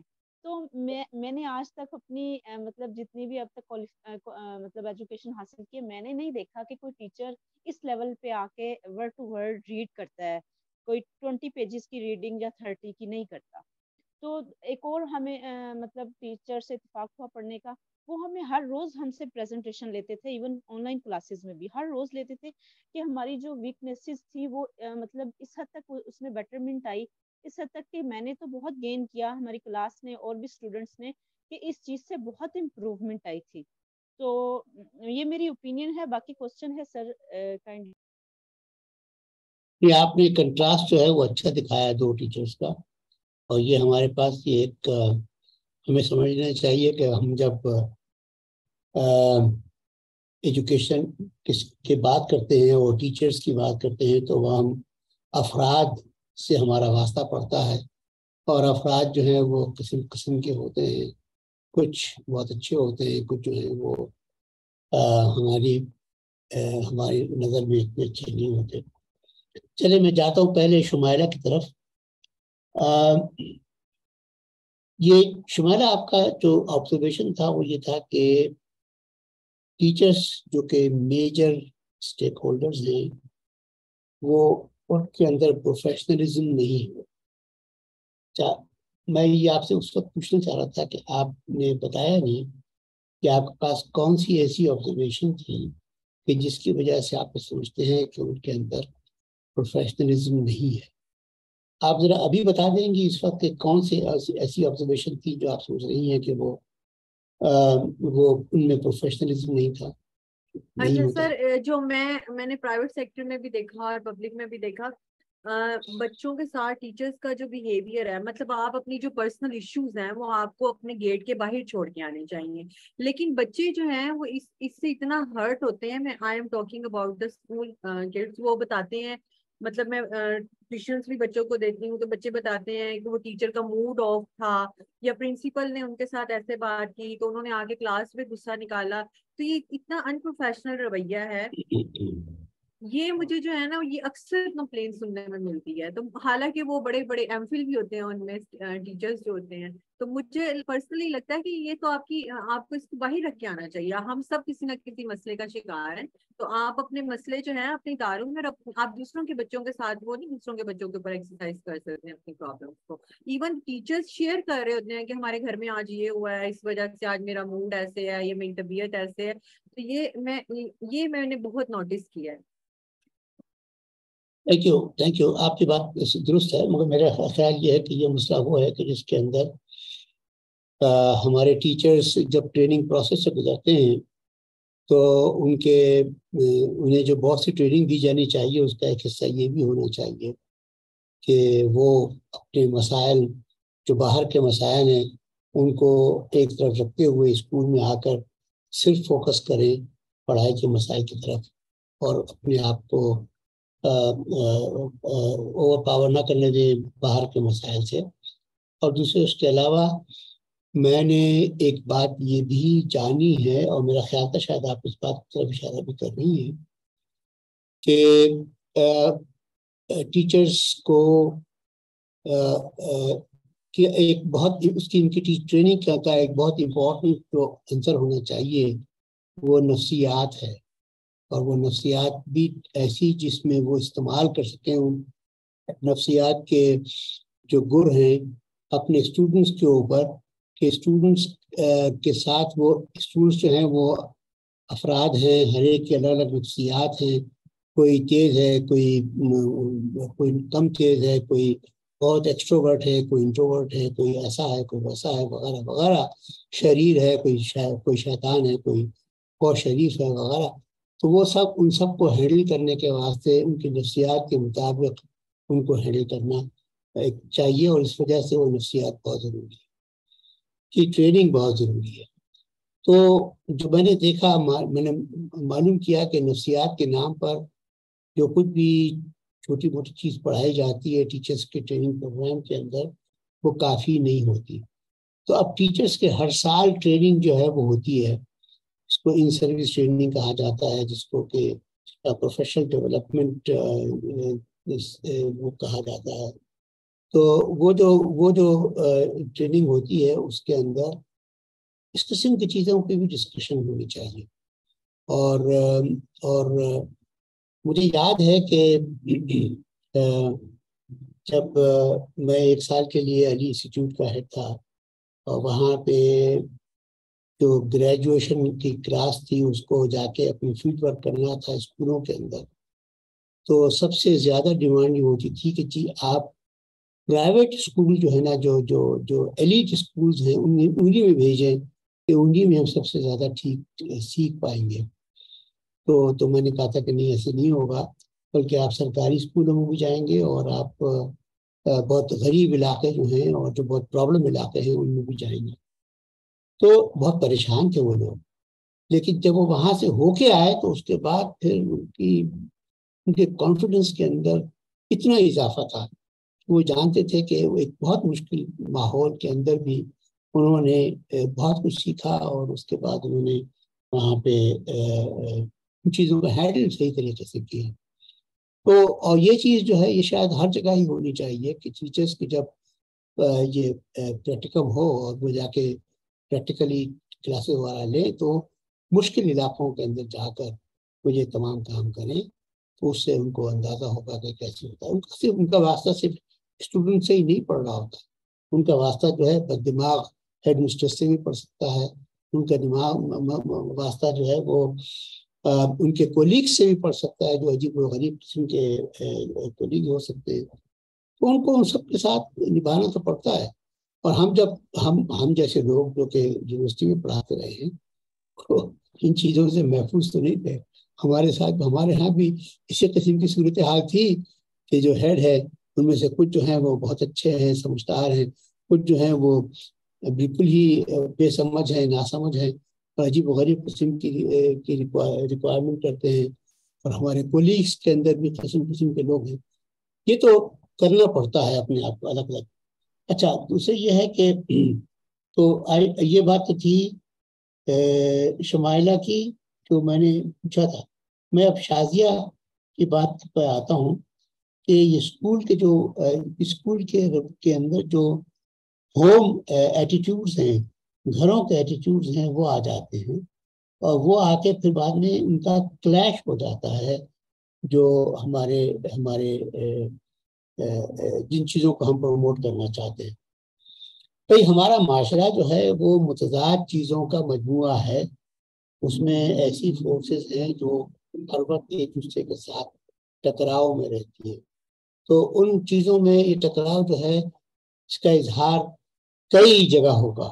اس کا اظہار اس لحاظ سے بھی ہوگا کہ بہت ہی کنزرویٹو ماحول کے والدین ہوں گے جو آ کے آپ پہ برس پڑیں گے کہ آپ نے بچے کو کیا سکھا دیا، یا آپ کے ایسے کولیگز ہوں گے جو آپ کی زندگی اجیرن کر دیں گے اپنے نظریات کی بنیاد پہ۔ یہ سب چیزیں جو ہیں یہ مگر مسئلہ جو ہے وہ یہ ہے کہ آپ جب ایک کلاس ہے 20 30 40 بچوں کی، تو اس کے اندر آپ ایک ٹوٹیلٹی کو دیکھیں، افراد ان میں سے کوئی بہت مختلف قسم کے سوچتا ہوگا وغیرہ وغیرہ، لیکن آپ ان کو پھر آپ کو ایک ایسا راستہ نکالنا پڑتا ہے کہ جس کے اندر ایک انٹرمیڈیٹ میسج جو ہے لوگوں تک پہنچ جائے، پہنچنے کے بعد پھر وہ ایک قدم ہو جس سے آپ آگے بڑھ سکیں۔ یہ کام ہے جو ہر ٹیچر کے لیے کے سامنے ایک چیلنج ہے، اور میرا خیال یہ ہے کہ ٹیچر جانتے ہیں کہ یہ چیلنج ہے، وہ اس کو سنبھالیں گے۔ میں اس سے زیادہ اس کے بارے میں نہیں کہہ سکتا۔ اگر کسی اور کے پاس کوئی بات ہے تو وہ ضرور اپنا ہاتھ کھڑا کریں اور اس کا جواب دیں۔ میں اس کے بعد رول آف ٹیچرس پیرنٹس جس کے اندر وہ یہ جو وہ ان کے جو کنٹراسٹ ہیں ان کے بیہیویئرس کے، ان کے رویوں کے، یہ میرا خیال ہے کہ تقریباً وہی سوال ہے جو اس سے پہلے والا تھا کہ ٹیچرز اور یہ جو پیرنٹس ہیں خاص طور پہ وہ کس قسم کے دباؤ ڈالتے ہیں. ہم ہر ایک کے پاس، ہم میں سے ہر ایک کے پاس ایک مختلف قسم کی ایک وہ ہوگی، حکایت ہوگی. مجھے ایک یاد آتا ہے کہ جب میں قائد اعظم یونیورسٹی میں پڑھاتا تھا تو ایک لڑکا تھا جو بہت تیز تھا، اچھا تھا، لیکن اس کے والدین جو تھے وہ انہوں نے اس کو، اس تیزی کو انہوں نے بہت ایکسینچویٹ کر دیا تھا. اس کی وجہ سے وہ جو تھا وہ بڑا پریشان تھا اور وہ بے ایمانیاں کرتا تھا تاکہ وہ اسے زیادہ سے زیادہ نمبر ملے، وہ جا کے اپنے والدین کو بتا سکے کہ میں جو ٹاپ کر رہا ہوں، میں جو کر رہا ہوں وہ کر رہا ہوں. اچھا، اور وہ تھا ذہین اور اپنی جگہ پہ وہ اگر اسی پہ فوکس کرتا تو وہ بہت اچھا کر لیتا. ہم نے اس کو ایک دفعہ کوئی غلط کام کرتے ہوئے پکڑ لیا، بے ایمانی کرتے ہوئے، جو اکیڈمک ٹیچنگ ہوتی ہے، چیٹنگ ہوتی ہے، وہ کرتے پکڑ لیا. تو والدہ آ گئی لڑنے کے لیے ہم سے کہ تم نے کیسے میرے بیٹے کو یہ کر دیا. وہ بہت ناراض ہوں، بہت ناراض ہوں. ہم ان کو بہت سمجھایا، نہیں مانی وہ. پھر وہ چلا گیا لڑکا کہیں پڑھنے کے واسطے، نہ جانے کہاں سے اس نے کیا کیا پڑھا. وہ بعد میں یہاں پہ بھی آ گیا اور اس وقت ہی شاید وہ کہیں ہے ملازم، کہیں کام کر رہا ہے. مگر جہاں بھی کر رہا ہے وہاں لوگ بتاتے ہیں کہ وہ بے ایمانیاں کرتا رہتا ہے. تو ایک اس کی سرشت بن گئی جو اس کے والدین کی وجہ سے بنی. ہم اس کو اس سے زیادہ اس کے ساتھ اور کچھ نہیں کر سکے. ہمیں معلوم تھا کہ وہ تیز ہے، وہ اچھا ہے، ہم اس کو نکالا نہیں، لیکن ہم سمجھتے تھے کہ ہم چاہتے اگر والدین اگر کرتے، سپورٹ کرتے تو ہم اس کو اسی طرح سنبھال لیتے، مگر والدین نے نہیں کیا. سر میں نے جو بتایا آپ کو قصہ وہ اسی وجہ سے بتایا کہ یہ مسائل تو ہر جگہ کے ہیں. ٹیچنگ میں ہر ٹیچر کو ہر جگہ یہ مسائل سامنے آتے ہیں، انہیں یہ حل نکالنے ہوتے ہیں. اصل چیز جو ہے نا، جو میں گناگو مسائل ہیں، بہت سے مسائل ہیں، مگر میں جو چیز نکال کے لانا چاہ رہا تھا، جو میں نے آج ہوپ فلی پیغام جو ہے وہ پہنچا ہے، وہ یہ ہے کہ اگر بچہ لینگویجز میں ٹھیک نہیں ہو پایا، نہیں ٹھیک پڑھ پایا، اگر ریزننگ اس کی ٹھیک نہیں ہو پائی تو پھر تعلیم ساری اس کے لیے بیکار ہے. یہ ہے جو میسج میرا سینٹرل تھا. لیکن ابھی اس وقت ہمارے سامنے نثار صاحب پھر آ گئے ہیں اور عبداللہ صاحب بھی ہیں. نثار صاحب عبداللہ سے لے لیتے ہیں سر، وہ پہلے سے. چلیے عبداللہ صاحب سے لے لیجیے. جی عبداللہ. سر کوشچن کہ جو ہمارا ایجوکیشن سسٹم ہے وہ اتنا اچھا ہے کہ اٹ پے سو ویل کہ ہمارے جو ٹیچرز ہیں وہ پڑھاتے بھی اسی طرح کے. Like I am spending about 2 million on my degree, اور کیا میں پھر جب I will be offered a job of about 25,000 تو will I be doing that job کہ آئی ول بی ٹیچنگ، اور پھر سارا بلیم میرے پہ آئے گا کہ میں نے صحیح نہیں پڑھایا. تو isn't it unfair کہ ہم سارا بلیم ٹیچر پہ ڈال دیں؟ مگر بھائی ٹیچر ہے، بھائی میرے ٹیچر جو ہے وہ بڑی سینٹرل فگر ہے. اگر وہ پڑھانے گیا ہے اور سامنے کلاس میں 30 بچے بیٹھے ہوئے ہیں تو ایک ایک بچے کی ذمہ داری اس کے اوپر ہے بھائی، ایک ایک کی ذمہ داری اس کے اوپر ہے. اگر وہ سمجھتا یہ ہے کہ وہ چونکہ تنخواہ سے کم مل رہی ہے لہذا وہ اس ذمہ داری سے بری ذمہ ہے، وہ غلط سمجھ رہا ہے. اگر آپ ٹیچنگ پروفیشن میں آ گئے ہیں، آپ ٹھیک ہے اس وقت آپ کے پاس 25-30 ہزار روپے 40 ہزار روپے کی نوکری ہوگی، لیکن اگر آپ یہاں پہ رہے تو وقت کے ساتھ ساتھ وہ چیز بڑھتی چلی جائے گی. میں نے کیا 350 روپے کی نوکری سے ملازمت شروع کی تھی. یہ تو مگر اتنی پرانی بات ہے کہ میں کہوں گا تو زمانہ قدیم لگے گا، لیکن پہلے ٹیچر کی تنخواہ اتنی ہوتی تھی 350 روپے. تو لیکن شاید باقی تمام چیزیں بھی اسی کے مطابق تھی. لیکن آج کل آپ یہ دیکھیں کہ اگر منیمم سیلری 32,000 روپے مقرر ہو گئی ہے, ان اسکلڈ لیبرر کی 32,000 روپے مقرر ہو گئی ہے, تو ٹیچر اور اس کی ڈگری کے حساب سے اس کی سیلری کمنسریٹ ہونی چاہیے. اگر وہ نہیں ہے اور اس کے سے بہت کم ہے تو یہ بہت بڑی زیادتی ہے ٹیچر کے ساتھ.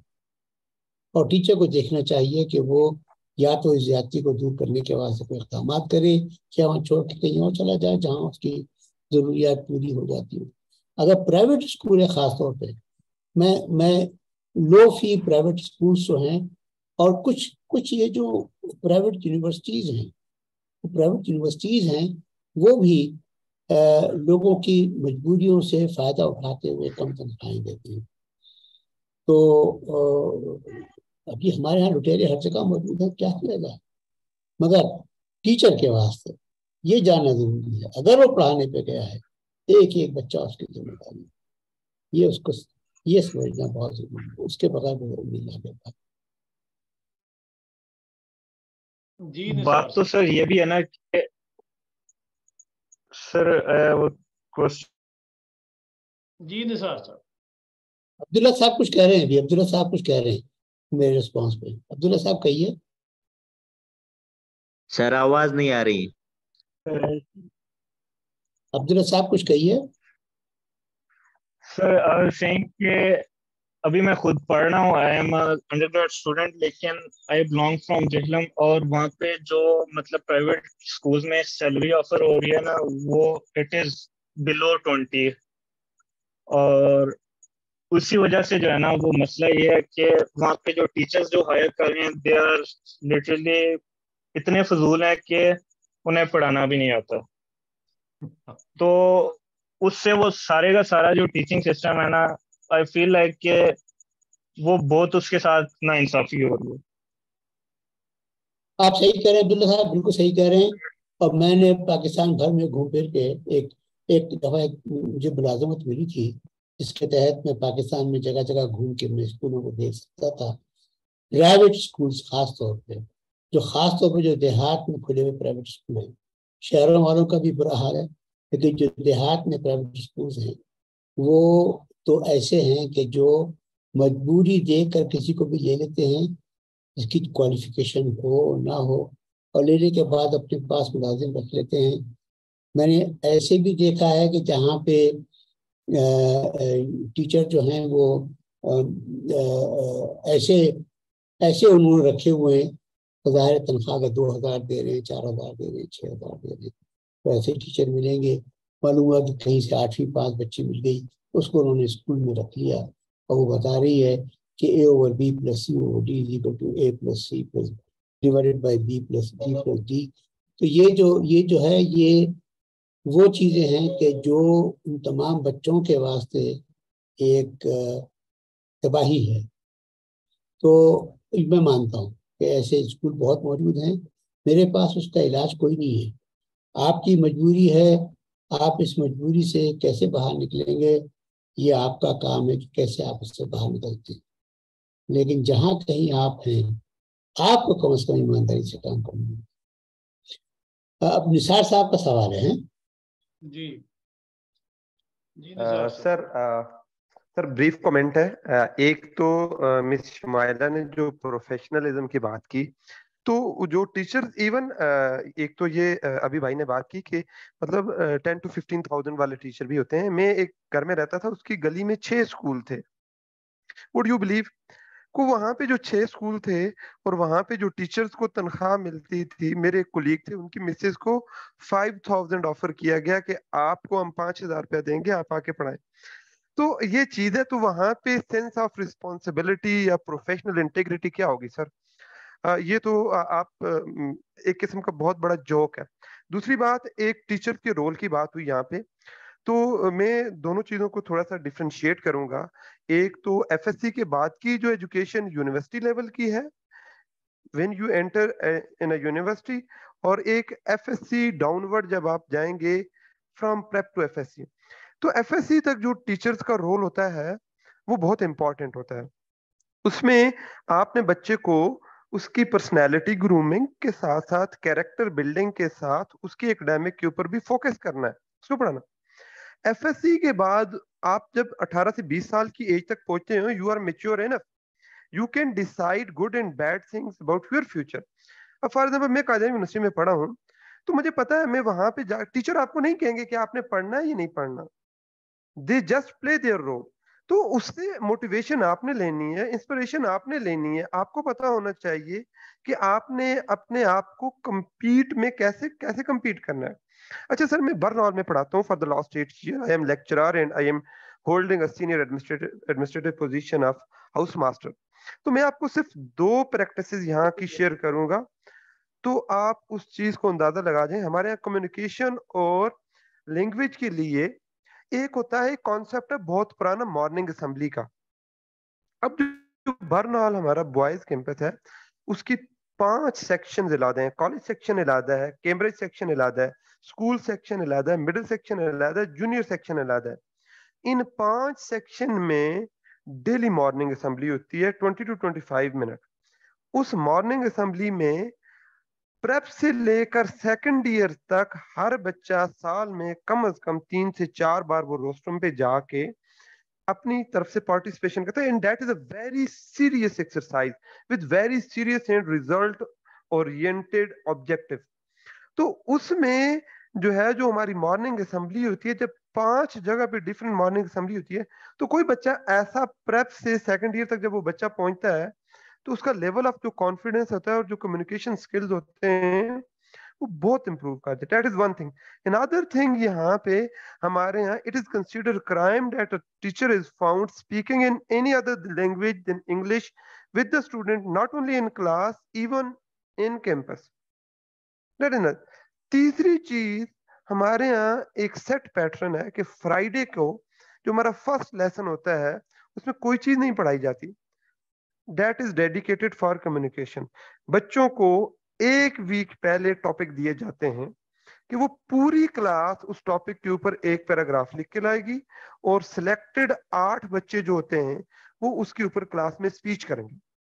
تو یہ ہمارے یہاں پیٹرن چل رہا ہے. تو even despite these thing we can that highlight some of the flaws, جیسا کہ لیک آف پروفیشنلزم, یا وہ بیسیکلی جو چیز ہے اس کو میں صرف سم اپ کروں گا with one point, جو میری اپنا observation ہے, we as a nation we are lacking with one thing, کہ ہمارا جو ٹیمپرامنٹ ہے اگر وہ ٹھیک ہو جائے تو میں کہتا ہوں کہ ہماری نیشن ٹھیک ہو جائے گی. ہمارا کوئی بندہ اپنا due role honestly dedication with professional integrity سے پلے کرنے کے لیے تیار نہیں ہے. چاہے آپ ٹاپ سے پریزیڈنٹ کو لے کے نیچے تک آ جائیں, کسی سویپر تک بھی نا, تو ہمارا ٹیمپرامنٹ سب سے بڑی رکاوٹ ہے. So this is from my side. Thank you. شکریہ آپ کا یہ کمنٹ کا. لیکن میں بالکل شروع میں آپ نے بتایا تھا کہ ٹیچرز جو پرائیویٹ اسکول کے ہیں وہ کیسے کم تنخواہوں کے اوپر کام کرتے ہیں. میرا خیال یہ ہے کہ یہ ایک ایسی حقیقت ہے کہ جو بڑی ریمپنٹ تھی 1972 سے پہلے, اور پرائیویٹ اسکول جگہ جگہ نکل آئے تھے, اور وہ بہت ہی ان ایتھیکل پریکٹسز تھی ان کی پیسے لینے کے لیے. تو اس وقت پھر اسی وجہ سے ذوالفقار علی بھٹو کی گورنمنٹ نے نیشنلائز کیا تھا اسکولوں کو, تمام اسکولوں کو, پرائیویٹ انسٹیٹیوشنس کو نیشنلائز کر لیا, سوائے ایلیٹ اسکولس کے باقیوں کو انہوں نے نیشنلائز کر لیا. مگر پھر نیشنلائز جو ان کو کیا ان کو انہوں نے حوالے کر دیا لوکل بیوروکریسی کے, اور لوکل بیوروکریسی نے ان کو خراب بھی کر دیا. اور پھر نیشنلائز کرنے کے بعد سرکار کو یہ احساس ہوا کہ ارے بھائی اگر نیشنلائز کر لیا تو سارے خرچے بھی سرکار کو برداشت کرنے پڑیں گے. تو پھر وہ انہوں نے اس کو آخر میں بعد میں جا کے ڈی نیشنلائز بھی کیا بہت بعد میں. مگر میں ایک بات بتا دوں آپ کو, اس وقت ہمارا آئین جو کہتا ہے 25A کہ سرکار کی ذمہ داری ہے نمبر 1 ایجوکیشن 5 سے 16 سال تک کی ایجوکیشن جو ہے وہ ہر بچے کا بنیادی حق ہے. نمبر 2 یہ سرکار کی ذمہ داری ہے کہ وہ اپنے خرچ پہ بچوں کو یہ تعلیم دلوائے. اور نمبر 3 کہ کمپلسری ایجوکیشن ہے، کوئی بچہ اس سے باہر نہیں ہو سکتا. اچھا، یہ ہمارے آئین کا حصہ ہے اور سرکار اس آئین کی خلاف ورزی کر رہی ہے. وہ اس واسطے کہ وہ ریسورسز جمع نہیں کر سکتی ان چیزوں کو کرنے کے لیے، لہذا وہ ہر پالیسی پہ یہ کہتی ہے کہ ہم پرائیویٹ سیکٹر کی ہیلپ لیں گے تاکہ ہم اس تعلیم کو ہر بچے تک پہنچا سکیں. لیکن پرائیویٹ سیکٹر کی جب آپ ہیلپ لیتے ہیں، پرائیویٹ سیکٹر جو ہے وہ آپ سے پیسے بھی وصول کرتا ہے، اور وہ پیسے وصول کرنا جو ہے اس کی وجہ سے آپ کے جو آئین میں جو ذمہ داری بنائی ہوئی ہے اس کی نفی ہو جاتی ہے. یہ نفی ہوتی چلی آ رہی ہے. یہ 2010 میں یہ آرٹیکل بنا تھا. 2010 سے لے کر اب تک یہی صورتحال ہے کہ پرائیویٹ سیکٹر کے اوپر انحصار ہے. اور پرائیویٹ سیکٹر جو ہے اس کے اندر خاص طور پہ جو ایلیٹ اسکولز ہیں ان کی فیسیں تو پتہ نہیں کہاں سے کہاں پہنچ گئی ہیں بھائی. وہ تو اب تو وہ کسی بچے کو پڑھانے کا مطلب ہے کہ ماں باپ جو ہے وہ اپنی جائیدادیں بیچے اور بچے کو پڑھائیں، یہاں تک نوبت پہنچ گئی ہے. اور سرکاری اسکول کورسپونڈنگلی خراب ہوئے ہیں، چونکہ یہ اسکول کھل گئے ہیں، ان کو مل گئے ہیں. سرکاری اسکول خراب ہو گئے ہیں کورسپونڈنگلی. میرے بچے سرکاری اسکولوں میں پڑھے اسلام آباد میں. ہم لوگ خوش قسمت تھے. یہ اس زمانے میں پڑھے جس زمانے میں پرائیویٹ اسکول اتنے ریمپنٹ نہیں تھے. اور سرکاری اسکول اس وجہ سے اچھے تھے کہ سرکاری افسروں کے بچے بھی انہیں اسکولوں میں پڑھتے تھے. پھر جب وہ پرائیویٹ اسکول بنے تو سرکاری افسر جو ہیں ان کے بچے پرائیویٹ اسکولوں میں جانے لگے، اس کی کوئی دیکھ بھال نہیں رہی. یہ نیچے ہو کر بہت تکلیف دہ امر ہے کہ وہ تمام یہاں اسلام آباد کے اسکول جو ان کے اپنے اپنے پرنسپل کے نام کے اوپر جانے جاتے تھے، پہچانے جاتے تھے اور ان کا مقابلہ ہوا کرتا تھا، وہ اب کسی نام کے نہیں رہے. اور یہ سب اسی وجہ سے ہوا ہے کہ آپ نے پرائیویٹ اسکولوں کو یہاں پہ الاؤ کیا ہوا ہے. اور سرکار جو ہے وہ جانتی ہے کہ وہ اتنی ریسورسز جنریٹ نہیں کر سکتی، نہیں کرنا چاہتی، نہیں کرنا چاہے تو کر سکتی ہے، وہ نہیں کرتی کہ وہ تعلیم کو پورے کو سرکار کے اوپر پوری ذمہ داری لے سکے ہر بچے کی. وہ یہ نہیں کرتی. آپ کو معلوم ہے پنجاب جو ہے، پنجاب تعلیم کے لحاظ سے پورے پاکستان میں سب سے اچھا صوبہ ہے. پنجاب کے اندر آپ کو یہ نیمس جو ہے نا NEMIS اس کے ڈیٹا کھول کے دیکھیں، مل جائے گا اس کے اندر ڈیٹا کہ پنجاب کے 1/3 پرائمری اسکول جو ہیں وہ single room single teacher school, وہ پرائمری اسکول ہیں. ایک ٹیچر ملٹی گریڈ ٹیچنگ کرتا ہے ایک کمرے میں بٹھا کے 5 کلاس کے بچوں. پنجاب کے اندر یار ہمیں تو سندھ میں کیا ہوگا، سندھ میں تو گدے گھوڑے بندھے ہوئے ہوتے ہیں. بلوچستان میں کیا ہوگا، KP میں KP اتفاق سے اچھا ہے سب سے، اب میں سمجھتا ہوں. تو یہ ایک ہے بڑا مسئلہ. اور یہ ہماری یہاں حکومتیں جو ہیں وہ مجرم ہیں اس بات کی کہ وہ قوم کو تعلیم نہیں دے رہی. مجرم ہیں. مجرم صرف الزام ہی نہیں لگا سکتے، ہمیں انہیں مجرم کہنا چاہیے کہ وہ ہماری قوم کو جاہل رکھنے کی مجرم ہے. سوال تو ختم ہو گئے. جی سر، سوال ختم ہو گئے اور میرا خیال ہے کہ اسی بات پہ ہم کنکلوڈ کرتے ہیں. اور ایک سیشن مجھے لگتا ہے الگ سے رکھنا پڑے گا اس بات پہ کہ میری پریشانی یہ ہے، اور میرے ساتھ بہت سے کولیگز ہیں جو ہائر ایجوکیشن میں ہیں، کہ بھئی وہ جو یہ دونوں باتیں بڑی امپورٹنٹ ہیں، ہم بھی محسوس کرتے ہیں، لینگویج کی جو پاورٹی ہے اور ریزننگ کی. اب جس سٹیج پہ بچے ہائر ایجوکیشن میں آتے ہیں وہاں پہ ان کے ساتھ ہم کیا کریں، مطلب ہمارے پاس کیا چوائسیز ہیں کہ ہم کیا کریں. ایک تو یہ ہے کہ ہائر ایجوکیشن ڈپارٹمنٹ میں آپ کو آئیڈیا ہوگا کہ جو لیسن پلان بھی سینٹرلائزڈ ہے, مطلب ہر چیز ڈیسائیڈ لاہور سے ہوتی ہے. وہ میرا فیصلہ نہیں ہے ایز اے ٹیچر, یا میرا فیصلہ ایز انسٹیٹیوشنل ہیڈ بھی نہیں ہے.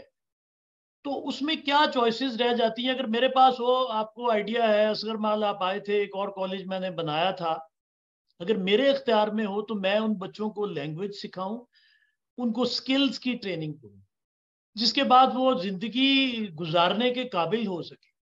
اچھا, اب یہی لاٹ جو ہے وہ یونیورسٹی میں آ رہی ہے, ظاہر ہے وہ کالج میں آئی ہے, وہ بعد میں یونیورسٹی میں آ رہی ہے. اور انفارچونیٹلی قائد اعظم یونیورسٹی ٹھیک ہے ابھی رینکنگ میں اور ریپوٹیشن انجوائے کر رہی ہے, لیکن بینگ انسائڈر ہم جانتے ہیں کہ وہاں پہ بھی حالات کیا ہو رہے ہیں.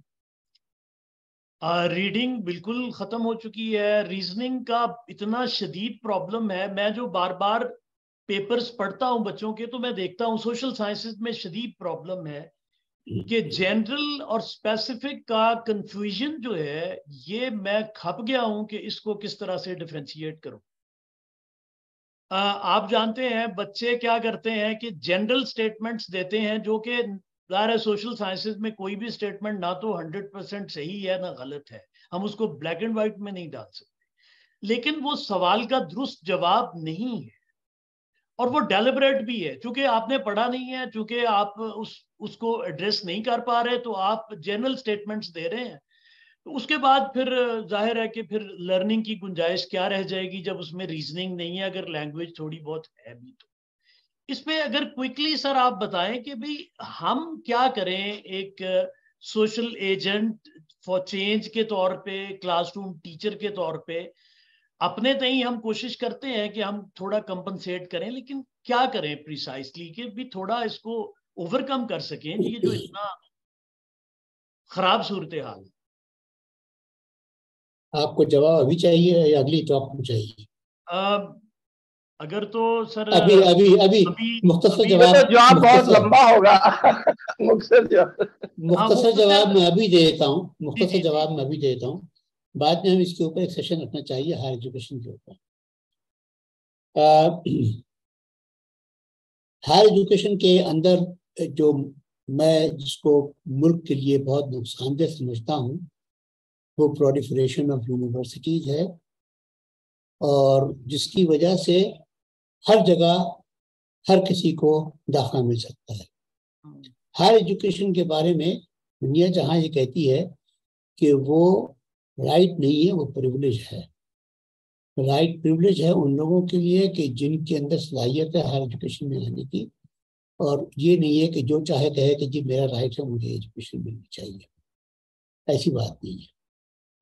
لہٰذا جو ایجوکیشن اگر آپ نے سب کے دروازے کھول دیے ہیں, اور اس کے بعد پھر ایسی انسٹیٹیوشنس ہیں جن میں سے ہر ایک بڑھ چڑھ کے پی ایچ ڈی کی ڈگریاں دینا شروع کرتے ہیں, اور پی ایچ ڈیز کی پرولیفریشن شروع ہو جائے, برمار شروع ہو جائے, اور وہ سب کے سب آ جائیں آپ کے پاس یونیورسٹیز میں جابس لینے کے لیے, اور آپ ان کو ڈگریز کی بنیاد پہ جابس دے دیں, تو وہ تمام لوگ جب یونیورسٹیز میں آ کے بیٹھیں گے تو جس انداز میں وہ اگلی نسل کی پرورش کریں گے وہ ہمیں بہت خوفناک لگتی ہے, کیونکہ وہ آدھے کچے پکے وہ خود بھی تھے, آنے والے جو ان کے شاگرد ہوں گے وہ اور بھی آدھے کچے پکے ہوں گے. تو آدھے کچے پکے ذرا آدھے کچے پکے کیسے ہو جاتے ہیں, کتنے ہو جاتے ہیں, اور پھر آپ اس کو پڑھاتے چلے جائیں, کیونکہ اس کے بعد آگے سلسلہ چلتا ہی چلا جائے. اس کے علاوہ جو ریس لگائی تھی نمبر آف پبلیکیشنز کی اور نمبر آف پروجیکٹس کی اور ان تمام چیزوں کی, اس ریس نے الگ نقصانات پہنچائے ہیں. یہ موضوع بہت بڑا ہے, میرا خیال ہے کہ اس کو کسی اور وقت میں اٹھا سکتے ہیں. ٹھیک سر, بہت شکریہ سر آپ کے وقت کا, اور آپ نے سوالات کے بہت پیشنس کے ساتھ جوابات دیے. اور ہمارا آج ہم یوزلی یہ کرتے ہیں کہ سیشن کے بعد ایک اور انفارمل سیشن ہوتا ہے, لیکن آج ہم نے پہلے ہی اناؤنس کیا تھا کہ بھئی آفیشیل سیشن جب ختم ہوگا تو اس کے ساتھ ہی ہم سب رخصت ہو جائیں گے. تو اسی کے ساتھ سر سب کا آپ کا سب کا بہت شکریہ. تو پھر اگلا سیشن کوئی رکھتے ہیں اس پہ ہائر ایجوکیشن پہ اور کیا چوائسیز ہیں, تو پھر ہم دوبارہ اس پہ گفتگو کریں. خالد صاحب thank you very much. Near صاحب بہت شکریہ. سب دوستوں کا اللہ حافظ. میں آپ سب کا بہت مشکور ہوں. شکریہ آپ کا. Thank you sir. بہت شکریہ. Thank you sir. Thank you so much. بہت شکریہ sir. Thank you, sir. Allah Hafiz. Thank you sir.